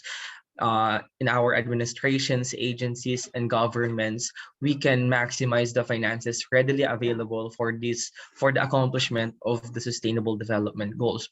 I also want to reiterate the central role of nature-based solutions in taking action toward the environment. We should also prioritize the representation and development of youth and indigenous people and those who are underrepresented in these negotiations and discussions. Sustainable economic development and sustainable urbanization should also be a priority. Urbanization accounts for more than half of energy consumption and global waste, and that through these facts, may we have the Stockholm plus 50 to raise the concept of sustainable urbanization. The massive urbanization throughout the decade have caused loss of habitats, loss of natural habitats, with the Amazon disappearing in a rate of 2 soccer fields per day. So we must take action to sustain and to control these economic developments and not damage our biodiversity. And that I end my intervention. Thank you. Thank you very much, Mark, for your intervention. And prior to giving the floor to Uno Sveding, I would like to ask, please, to Mr. Hugo Lecartier to please raise the hand so that the technical team can identify you and activate your mic and camera. And Uno Sveding, I'll be giving the floor to you now. Thank you, Madam Chairperson. Thank you for giving the floor to me. I'm not pretending of having something totally new, but it is a reflection of what has been going on in this discussion. And I think it is in some ways dealing with, and rightly so, with the global framing. And the global framing has issues like the systemicness. It has to do with the safeguarding of space for humanity. It has to do with the planetary boundaries issues and the operations. It also has to do with understanding the economic system and its incentive structures. Let's call that the global framing. Then we have the operations. And here, I think we have to walk on 2 legs. One leg is the operations that we mostly have heard in this discussion on the operative spaces at global level. So UN, very international type of structures, and very good, of course, and the rules for these operations. But the other leg is what was mentioned in the beginning of this discussion. I took note of that with regard to the contributions by South Africa, India, Latin America. They all came with their regional and even local type of connotations. And that is really important, that we give considerations not only to the global operations and the rules, and rightly so, but also have the diversity acknowledged for all these local actors. And I think Ahmed Uda just was a spokesman for that position. So I endorse that one.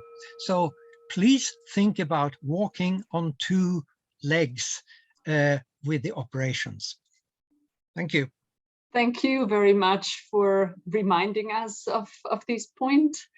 And allow me to give the floor to Mr. Lecartier for the last intervention of this second round, acknowledging that again, there will be room for interventions again during the 3rd round. Mr. de Cartier, the floor is yours. Thank you very much for giving me the floor. So I'm speaking on behalf of the European Union and its member states. First of all, I would like to thank the UNEP Sweden and the co-chairs of this leadership dialogue for identifying key messages and for giving us this opportunity. So according to the EU and its member states, this leadership dialogue should enable us to call to bring back the global ecological footprint within planetary boundaries, to promote also the One Health approach, and also call for resilient, just, and inclusive economy.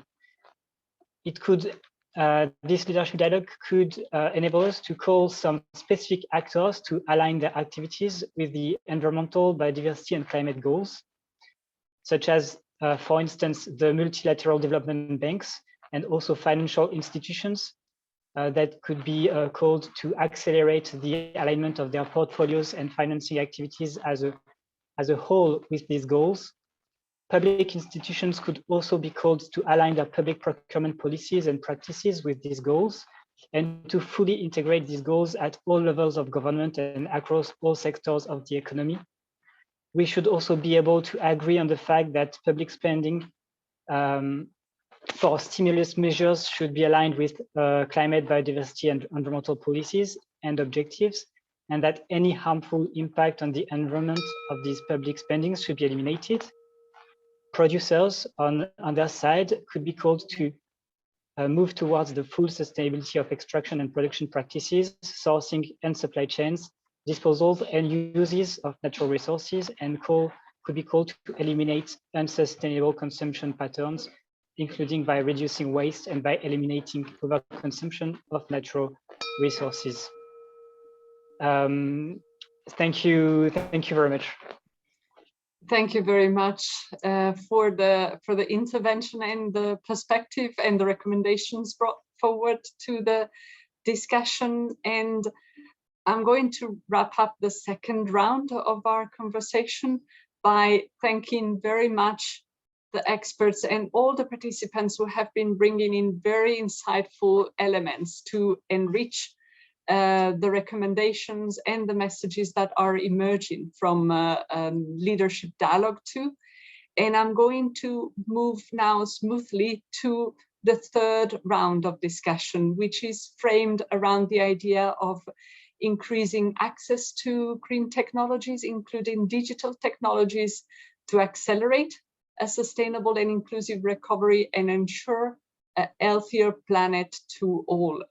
And in this context, what we have heard in the earlier discussions of the informal working group and the preparatory meeting were messages that were pointing us towards scaling up cooperation on capacity development, access to and financing for green and digital technologies. We have heard messages around multiplying the investment in research and development and the development of in-country technological capacity, including local digital solution. We have heard a call to accelerate digital access, radically increase transparency, traceability, and accountability, including through digital solution. And we have heard reference to that also in the earlier round of discussions today, ensuring also the sustainability of the digital transformation. Sustainability that is also aimed at enhancing environmental protection, stimulating efficiency and higher productivity, and stakeholder engagement, as well as lifestyle choices. In addition, our earlier discussions were also calling to minimizing the downside risks and negative consequences of the digital transformation in terms of energy and resource use, as well as in the area of digital protection. We had also heard a call to strengthen investment, technology transfer, and technical assistance to accelerate the global clean power transition, ensuring access to affordable, reliable, sustainable, and modern technology for all by 2030. So we are now moving again, if we could remove the slide from the screen so that we have an opportunity to see the experts that are going to take us into the discussion now. And I'm just going to remind that what we're asking support from the experts and from all the interventions from the speakers who are joining today is really to help us make more actionable, more concrete, but also to think about the sustainability of the messages and recommendations that are emerging in our conversation. And I'm delighted to give the floor to start this round of discussion to Janusz Potocznik, who is the co-chair of the International Resource Panel. Mr. Potocznik, the floor is yours. Thank you, Elisa. I will try to touch the substance in a bit holistic way. According to the IRP, extraction and processing of natural resources drives all aspects of the triple planetary crisis. The use of materials, everything we extract from the earth, has tripled since 1970. And without transformative change, the use of materials will double again by 2060. I do welcome the focus on data-powered transparency. It will be critical to monitoring resource use and its impacts and to setting potential future targets. The focus of the recommendations on addressing inequality and technology access through scaling up international technology transfer and through capacity building is absolutely essential. But our international efforts remain focused on and driven by the supply side, meaning on cleaning the current ways of production. Green, including digital technologies, are indeed very important, but they will not be enough to deliver the targets set. We need to add also the potential of the demand consumption side solutions. More fundamentally, demand side measures get us closer to the questions of responsibility and equity. Standards and behavior patterns linked to the current economic model were set by high-income countries. We are ethically bound to show the world that we are willing and able to change and lead the transition. Resource efficiency should thus be complemented with sufficiency-based policies, indicators like material consumption footprint. We are currently collectively facing many barriers to effective multilateral action on the planetary crisis, which are inevitably making governments around the world focus on immediate and pressing needs. While it is paramount that politicians address the serious knock-on effects of all those crises, we cannot afford to discontinue our sustainability efforts. Prescribing painkillers and trying to remove merely the short-term pain will not heal the disease. This multiple approach may seem a long way from single swift response that political and media logic demands, but it is less strange to us working to hold back the underlying planetary crisis. Here, the cumulative effect of many positive system-changing decisions, it's almost the only thing keeping a stable and safe world within our reach. Making our economies and societies more resilient is our best defense against any potential future crisis. Current economy continues to be at the core of the problem. Undervalued labor and in many cases not valued nature are leading to systemic social and environmental imbalances. Imagine, for example, a food shopping center customer entering the center and not paying for the things taken home. The shopping center would soon get bankrupt. The same is happening to nature. Nature is a large ecosystem getting bankrupt due to our behavior. Our short-term rational behavior is leading to a long-term irrational, charming mass suicide, as Arto Pasilina titled one of his excellent novels. Sending policy signals one way and market signals the other is just creating confusion. Instead of optimizing the output of production sectors, we must optimize the systems that deliver resource-intensive human need. We do not need a car, we need mobility. We do not need a chair, we need to sit comfortably. We do not need a fridge. We need fresh, healthy food. And we need to reject the assumption that these systems need to be resource-intensive. I hope that Stockholm plus 50 will trigger transformative multilateral action from the global community. It is about reassessing our values, rethinking our economies, and reducing our consumption, in particular of virgin natural resources.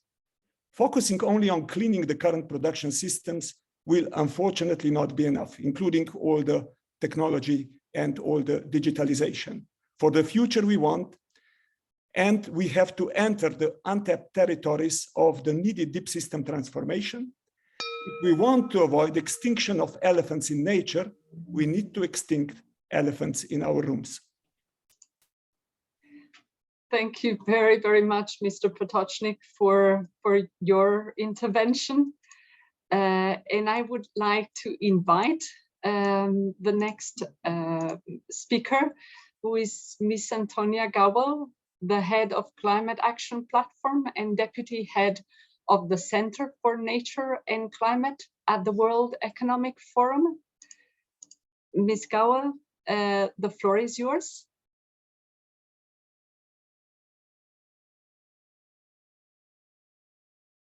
There must be a technical problem, and we're going to make sure that this is addressed soonest. And I'm going to move to the next intervention of Ms. Nicole Liotard, who is the Executive Director of the Caribbean Natural Resource Institute. Nicole, may I give the floor to you? Hi, everyone, and thank you very much for the opportunity to be part of this interesting discussion and to share a Caribbean perspective.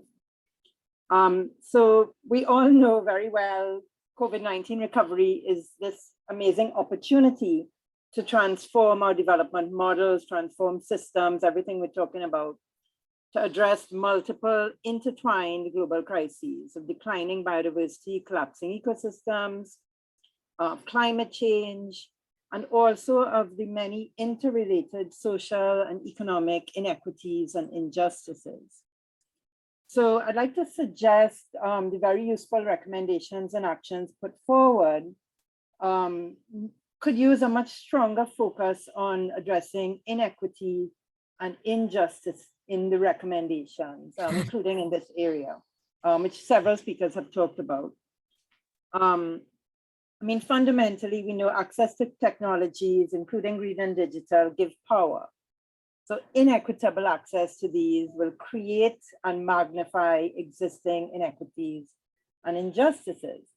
So therefore, we need to think about specifically how we can better use and give access to green and digital technologies to address inequities and injustices, which occur at many levels and different spaces. I just want to point out a few, for example, marginalized and vulnerable communities, whether it's coastal communities in islands, like where I'm from, rural communities, and so on.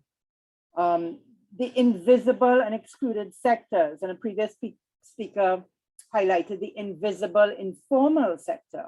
And of course, the micro enterprise sector is also very, very marginalized. But also, I think we need to remember the people like us here in this virtual space, the citizens and peoples who really are calling for a stronger voice in governance, a stronger voice in decision-making. Often a lot of the most vulnerable people are most impacted but have no voice. So we need to think about how technology can support them in decision-making and calling for accountability. So some specific areas I think we can focus on then, some recommendations to address inequities and injustices through technology. One, we need to very deliberately focus on supporting access by the most marginalized and vulnerable. And the examples of the microenterprise sector already. This can be done by the finance sector, providing better access to digital financial products, creation of tailored programs, capacity building, and so on. And government in creating the enabling policy frameworks and capacity building for this to happen. I think we need to better target coastal island rural communities, indigenous communities, in terms of leveraging the power of digital technology, but applying these in participatory ways to enable them to share their local knowledge, which can be integrated with scientific knowledge, to enable them to have a voice in participatory planning and decision-making and taking the actions we need to take. So I think that participatory application of technology deserves more attention. As highlighted before and in the recommendations, going beyond technology transfer to technology co-creation in the SEI CEEW report uses that phrasing, which I very much like. And that co-creation is important if we are to shift the power imbalances and the inequities that are there now. And I'd like to highlight that co-creation, we need to look at how co-creation can be with the most marginalized and vulnerable communities and sectors. And that will require new models for innovation, new types of partnerships, and bringing that co-creation to the very local level, micro innovation labs in local communities, for example, to climate-proof micro enterprises which are being severely impacted by climate change and degrading ecosystems. A second area, I think, is using digital technologies to support inclusive governance and accountability, and inclusive economic governance and accountability. So two areas I think we can look at here: enhancing transparency of information has already been brought up, including, for example, through online platforms and access to data and information by citizens, by stakeholders. And then there's a role of technology in amplifying citizen voices. For example, through citizen journalism, using mobile apps, having virtual citizen assemblies, which is almost, what way we're trying to do things here, and hearing all these fascinating voices, and creating that new social contract, reshaping our system, reshaping what we do and how we think about our economies with people using technology. So I think I just wanted to share that this focus on digitization and green technologies is happening as part of COVID-19 recovery. For example, in our work in the Caribbean, we found that 9% of 446 initiatives we could track are focusing on that. But there's a bigger need to take much bolder action and be really much more innovative and focus on inclusion, participatory governance, and accountability through using technology. Thank you. Thank you very much, Nicole, for bringing this perspective to the conversation. And allow me to ask our next speaker recommendations again on making messages and what I had merged in the earlier discussion on leadership dialogue to more concrete, more impactful, more sustainable. And I'm going to give the floor to Stefan Sickers, who is the Managing Director of the Environment and Energy Directorate at the United Nations Industrial Development Organization. Stefan, the floor is yours. Thank you very much, Lisa. Good to see you. Good to see all of you, colleagues. Good day to all of you. Let me look at all the three issues raised in one intervention. So the pandemic added about 100 million people to the nearly 700 million poor we already had globally, and it deepened inequalities within and between economies. Digital and green energy transformation in high-income economies stand actually to increase inequalities further around the globe if we are not stemming their tendency. We need economic growth to create decent jobs to lift people out of poverty. Economic growth can be both green and inclusive of micro, small, and medium enterprises, of youth, of women, indigenous people, communities, and of vulnerable populations. Everyone, governments, industry, and businesses, and citizens must find trust and share this common vision. This is a multi-pronged and multi-stakeholder endeavor. Everyone has to step out of their silos and reach out to the others, the environment community, the economic development community, the trade community, the finance community, all of them and more at the global, regional, and country levels. Access to clean energy is a must. We have already most of the technological solutions, including digital solutions for green renewable energy, with more solutions to come on board, such as green hydrogen. Few innovations are actually of the moonshot type. Industries, small and large, are innovating incrementally every day. As UNIDO, we see that every time we step into a factory as part of our work. Micro, small, and medium enterprises, eco-industrial parks are working to increase their productivity through resource-efficient circular solutions, including those that are nature-based, ranging from Colombia to Indonesia. Replicating and scaling up these innovations and homegrown technologies within and beyond borders requires access to green finance and removal of barriers to green trade. Developing countries do not have the fiscal space and the power to go the whole way to green economies and climate change friendly economies on their own. There are huge investment opportunities in green and inclusive growth in low and middle income countries if perceptions of high risk can be overcome by increased transparency, good governance, and better business environments. Developing countries whose environmental footprint is much smaller than the one of many other countries need access to green finance to join just transitions to green energy and circular economies. There is a need to upskill and reskill those who may be left behind and invest in solutions that will impact resource-dependent economies. These challenges also offer opportunities for inclusive and sustainable growth through circular business models, production of green and circular goods and services, and green and inclusive trade, if only we can step out of corners, globally, regionally, and within our economies. Thank you. Back to you, Elisa. Thank you very much, Stefan, for having inserted in our conversation also your hands-on experience of having been in factories and seen firsthand a lot of the messages that you were sharing with us. And prior to giving the floor to the last expert that is going to enrich the conversation today in this third round, I would want to alert some of the next speakers to please raise their hand so that the technical team can identify you and can open your mic and video.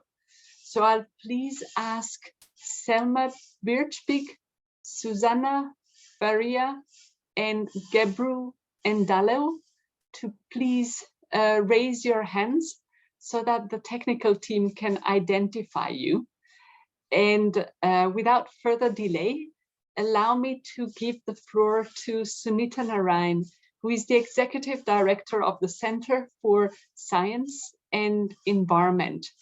Sunita, the floor is yours. Sunita, it looks like you might be on mute. Perfect. I just unmuted myself. So thank you, Elisa, and let me join my co-panelists in sort of sharing with them the concern that we are meeting at Stockholm 50 at a particular moment in global history. And I think it is important for us to recognize that as we meet. It is a time when the world is seeing both intense divisions, intense inequality because of back-breaking period of COVID. And we are seeing at a time when we are seeing the impacts of climate change, which is literally like the last straw, which is breaking the camel's back. I come from Delhi. I am in Delhi, which is in the midst of one of the most prolonged heat waves that we have seen up till now. And we know that this is attributable to climate change. So I think we are coming together at a time when we understand interdependence, when we understand the existential threat that we have in front of us. And we need to therefore both underline the urgency of action, but that action must also be rooted in the understanding that we are an extremely divided and inequitable world. And I think that's where Stockholm 50 and the issue that this panel is looking at, the issue of technology has to take on right at the center. For too long, we've skirted around this issue, and at the end of every such meeting, we have a final word which talks about technology transfer, financial transfer, and we have some money sort of talked about that has to be given to the emerging world. I think it's time in Stockholm 50 that we took this a little more seriously and more at the very core. If you take the issue of technology, which is the issue we are discussing today, we need to recognize that technology, in fact, has been at the core of the problem. It has been the source of creating a system in which we first pollute and then clean up. We have a highly resource-intensive system, which is also then an extremely inequitable system. Now, this is really what we are coming together to address. So we can't take green technology as a buzzword. We need to take the issue of access and equity and inclusive growth as the only reason why we have technology transfer. I'll give you a simple reason. We talk about obstacles. And I think it's very clear that you in your in what you have urged us to do is to both sharpen the messages, but also talk about the obstacles and how we will move forward. One of the key obstacles with everything that we know of in our world is the issue of cost. We talk about renewable energy. We know cost is an issue. We know today that it's not about energy, it's about access to energy. That even if we can get all the renewable energy in the world and we feed the grid, it is still too expensive for people to be able to afford it. So we need to put energy access at the core of what we are talking about. So I know my time is up, but I just wanted to emphasize the issue that as we look at the challenges moving ahead, as we look at the solutions, and there are many, we can leapfrog. We know we need to move towards a more circular economy, sustainable food systems, but at the core of that is the issue of an inclusive growth. And I think that's what Stockholm Plus 50 should put at its core. Thank you. Thank you very much, Sunita. And as I was anticipating, we're going to hear some further reflection during our conversation. Selma Birchbich, you would be the next one. Do I see you online? Yes, Selma, please, the floor is yours. Hi, thank you so much. Hi, this is Selma Birchbich from Algeria. I'm speaking on behalf of the Youth, Children and Youth Major Group UNEP and Stockholm Plus 15 Youth Task Force. Well, for many, the combined impacts of COVID and climate are creating a sinkhole from which they cannot escape, particularly when the tools to help them are being held back or tied down. Considering debt or impediments to investment, these are structural issues that hinder progress in sustainable development that are being reversed, delayed, or making almost impossible any plans to achieve the SDGs by 2030.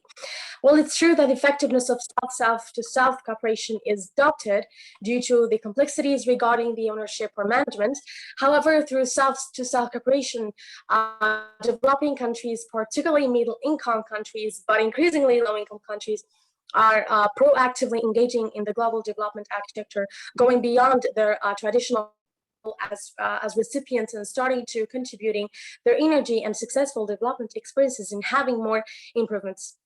These processes also helped achieve climate resilience more effectively and quickly, which is why I want to highlight the following points. Well, it is, well, from an activist perspective, of course, it is essential that countries in the global south should be supported by the UN, share their innovative solutions. This includes scaling up capacity development in all areas, but particularly in those directly related to having access to renewable energies, medical equipment, vaccines, and digital solutions, which ensure that South-to-South partners are getting together in leveraging financial support, such as grants or even technical cooperation to support sustainable development efforts, especially for youth who are constantly addressing the challenges and proposing what can solve its problems, opening the floor to youth to be involved in decision and policy making, especially that we're not seeing this yet happening in the South region as we're seeing it in the North in the global north. The involvement of all stakeholders, including the private sectors, to drive motivation, to drive innovation and sustainable investments in green and blue programs where youth should also be trusted with their engagements in. And if we are so willing, rather than hoping to see change, we cannot continue to talk about a sustainable recovery. We must make it happen. Thank you so much again for giving me the opportunity to bring my humble perspective in here. Thank you. Thank you very much, Selma, for joining us today for the discussion. And let me move to Mr. Jebro and Dalu for his intervention. Please, the floor is yours. Thank you, Elisa. Hello, everyone. I'm Gabru Jember. I'm speaking on behalf of LDCs in the NFC process. First, I would like to really acknowledge the Stockholm Plus 50 initiative, which is really timely because we have been traveling a long journey. And this is time for us to look back to ourselves, where we are, what we have done, what needs to be done, and how we need to do it. So for that, I believe this would be the right opportunity to shape ourselves to bring in major impact. With this, I would like to give you just a highlight. About the LDCs. The LDCs have been really more than 1 billion people, which comprise nearly 13% of the global population. And LDCs are the least contributors to the triple crisis when considered at the global scale, but are frontline victims to the negative impacts. So far, when I look at the recommendations, they are very general, and of course, they need to really consider the LDCs and the seeds in the follow-up action that we are going to undertake. I know recommendations can be done, but realizing the recommendations is going to be the challenging task, which we all need to work closely in a cooperative and collaborative way. With this, I would like to give just a highlight on some of my interventions. The stimulus measures taken so far are not aligned with the climate and biodiversity objectives. And if the global leadership is willing and keen to see SDGs achieved and poverty significantly reduced in a sustainable way, the need for prioritizing green incentives, the need to align climate, biodiversity, and desertification in any intervention, like for addressing development and recovery from COVID, is more impactful than addressing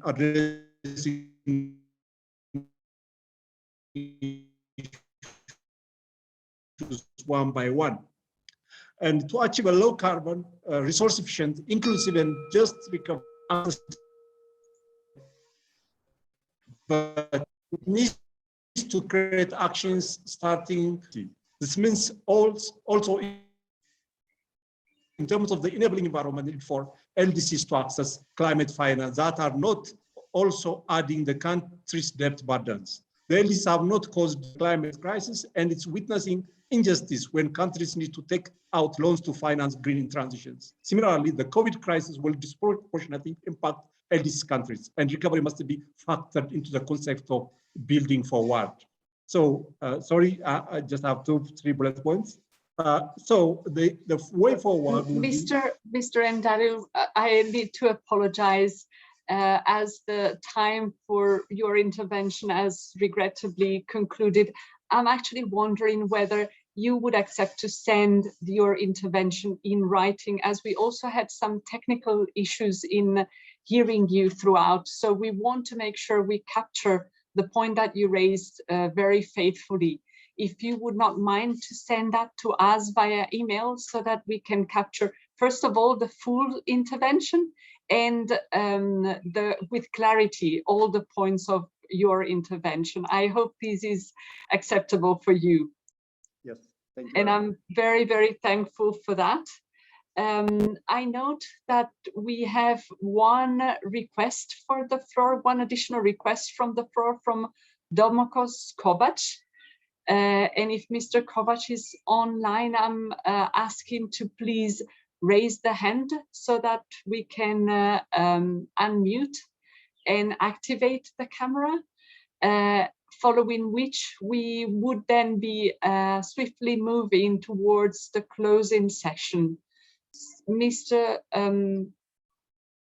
Dominic Kovac, if you are online, I think I see you on my screen. I would be giving you the floor. Thank you very much again as last time, but hopefully see you again in person. Thank you very much for the opportunity. I am the UN Youth Delegate of my country, which is Hungary, and I would like to thank that today in the introduction, the importance of education about our topic was raised, and this is still my message to Leadership Dialogue 2, that the education, especially about circular economy and the circular approach should be more highlighted. And I am very happy that before the Stockholm Plus 50, I will able to visit 2 Hungarian schools, and I also requested a visit in the Global Gymnasium in Stockholm, which is a school of a partnership between the city of Stockholm and also research centers. So education is a key importance, and not just the accessibility, but also how we educate about circular economy. And my experience is that messages from young people, like delegates myself, can deliver a stronger message to our friends who are living in the same age, and that should be promoted. And another thing which was also mentioned today, and I really think this message is important, that sometimes we speak about circularity as a new approach, but it isn't, because when I am in schools and meeting with people who had more years back, they mentioned that they had a circularity in the years when they just produced natural waste and not plastic and other chemicals. So this is a very interesting exchange, and thank you very much. And I hope to see you in person at the Youth Assembly or during the meetings of Stockholm Plus 50. Thank you very much for the intervention possibility. Thank you very much, Dominic. And indeed, I guess this reminds us of the next step, a step within which we will be finally shifting from our virtual interaction as we had so far to being together in person. And I will slowly be wrapping our discussion in the 3rd round of our conversation. And I just want to make sure I have given the opportunity to everybody to come in our discussion and come in our exchanges with your messages prior to moving to our closing session. A closing session within which we will hear reflections from the co-chairs of the Leadership Dialogue 2, and then we will be hearing a wrap-up reflection as well from the co-host of the international meeting. I therefore would want to start moving to giving the floor to the co-chairs of Leadership Dialogue 2. And I would like to first give the floor to Ambassador Tritariat. Ambassador, I would want to give you the floor for your closing reflections of today's meeting. Thank you, Elisa, and I wish to thank all participants, speakers, for your keen contributions to this very important dialogue. I especially take note messages and ideas that can push for accelerated recovery process and resilient world in the future. First, importance of circular economy and green technologies to create and maximize opportunities in low carbon, low emission industry for global recovery.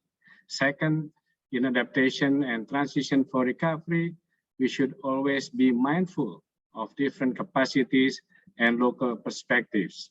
Some need assistance to improve SMEs, others need technology transfer, investment, rural development, or education transformation.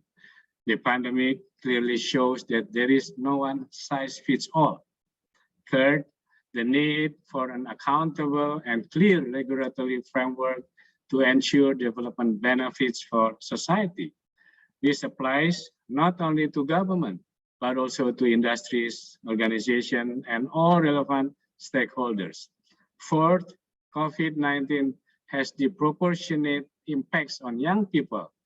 Post-pandemic recovery needs to build capacity and skills of the youth. Again, rest assured that all your views and thoughts have been taken note of by the Secretariat to enrich our discussion and recommendations for June event. Also, let me thank Dr. Stefan Contius and the Germany team, Ambassador Johanna Bernstein, Elisa, Stephen, Haruko, everyone at the UNEP Secretariat and GGKP team for your wonderful cooperation and hard work in all our 3 formal working group rounds. Hopefully we can meet all of you in Stockholm or perhaps in other places or forums. Take care and stay healthy, and thank you so much, Elisa.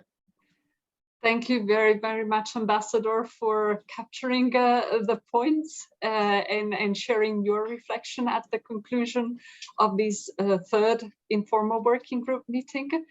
Mr. Contius, the floor is yours. Thank you. Thank you, Antoinette. Thank you, Elisa. Thank you all for these interventions. A very rich debate, and many points were already mentioned. What we think is really important, that the intergenerational aspect of this work is taken seriously. Youth must be included in the sustainable transformation. We have listened to several youth speakers during this session today, and this was very enlightening, and we will take note of what was said. And you might know that the Supreme Court in Germany was very strict in ruling that what is done on climate change has to be done now and not left to others who are not even born yet. This is not the way to tackle sustainable development problems. We have to act now and not leave it to others. This was the very basis of the concept from the very beginning. I would also like to reflect on the rather clear message on multilateralism. I believe that this is really important, that we include this in our work for this green recovery leadership dialogue. The divide between North and South is there, and it's not getting smaller. We have to tackle this problem in the next years and to be more decisive. Then there was also mentioning to the need to be more strategic, to have a transformational change which goes beyond the typical project work of development cooperation. I think this is also very important. And Stockholm gives a very good opportunity to include new arguments and to work on new proposals, to look at old traditions, including those which we learned from indigenous people, including those from local initiatives, including those from scientists who were not heard early enough. Let us take this seriously, and we are so glad that you participated in this discussion today. Thanks a lot, and all the best, and stay healthy, and we hope to see many of you in Stockholm. And a big thank you to the Secretariat, to UNEP, and to the hosts of the conference. All the best. Thank you very much, Mr. Contius. And you're really making it very easy for me to give the floor for the concluding reflection to one of the co-hosts of the International Meeting of Stockholm +50. Ms. Isabel Sarenman is going to share some reflections at the end of this meeting from Sweden as the co-host of the meeting. Isabel, I'm going to give the floor to you. Thank you, Elisa. And dear participants, from the co-host side, I want to convene my warmest thank you for engaging in today's working group meeting. The discussions here today show that we have a good basis to finalize strong and concrete recommendations and messages emerging from Stockholm Plus 50. Your input, both orally and in written form, is being heard. Our warmest thank you to UNEP, and especially to you, Elisa, for being a great moderator both today and for the 2 previous working group meetings, to our distinguished co-chairs, Germany and Indonesia, for being a big part of the engine taking this process forward, to our dear co-host Kenya, and to our colleagues at the Green Growth Knowledge Platform doing amazing work in the background, and to all participants, whether or not you will participate physically in Stockholm or continue to engage virtually, your participation is vital to the success of the meeting. I wish you all a lovely weekend and hope to see you all soon in Stockholm. Thank you. Thank you very much, Isabel. And this gives me just a very final word of today's meeting. And I will take advantage of that to thank really very deeply all the experts that have accepted to somehow be challenged to help us strengthen the recommendation and the messages that have emerged in for Leadership Dialogue 2. To all the participants who have been so amazingly active in your intervention in the chat.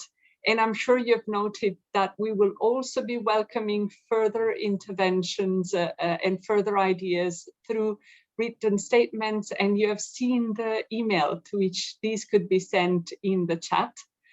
Again, very thankful that you have stayed with us throughout the session until now. And I very much look forward to the discussions that you have helped create and enrich, and that will be taking place at Stockholm Plus 50. Thank you very much again for having stayed with us today. Thank you.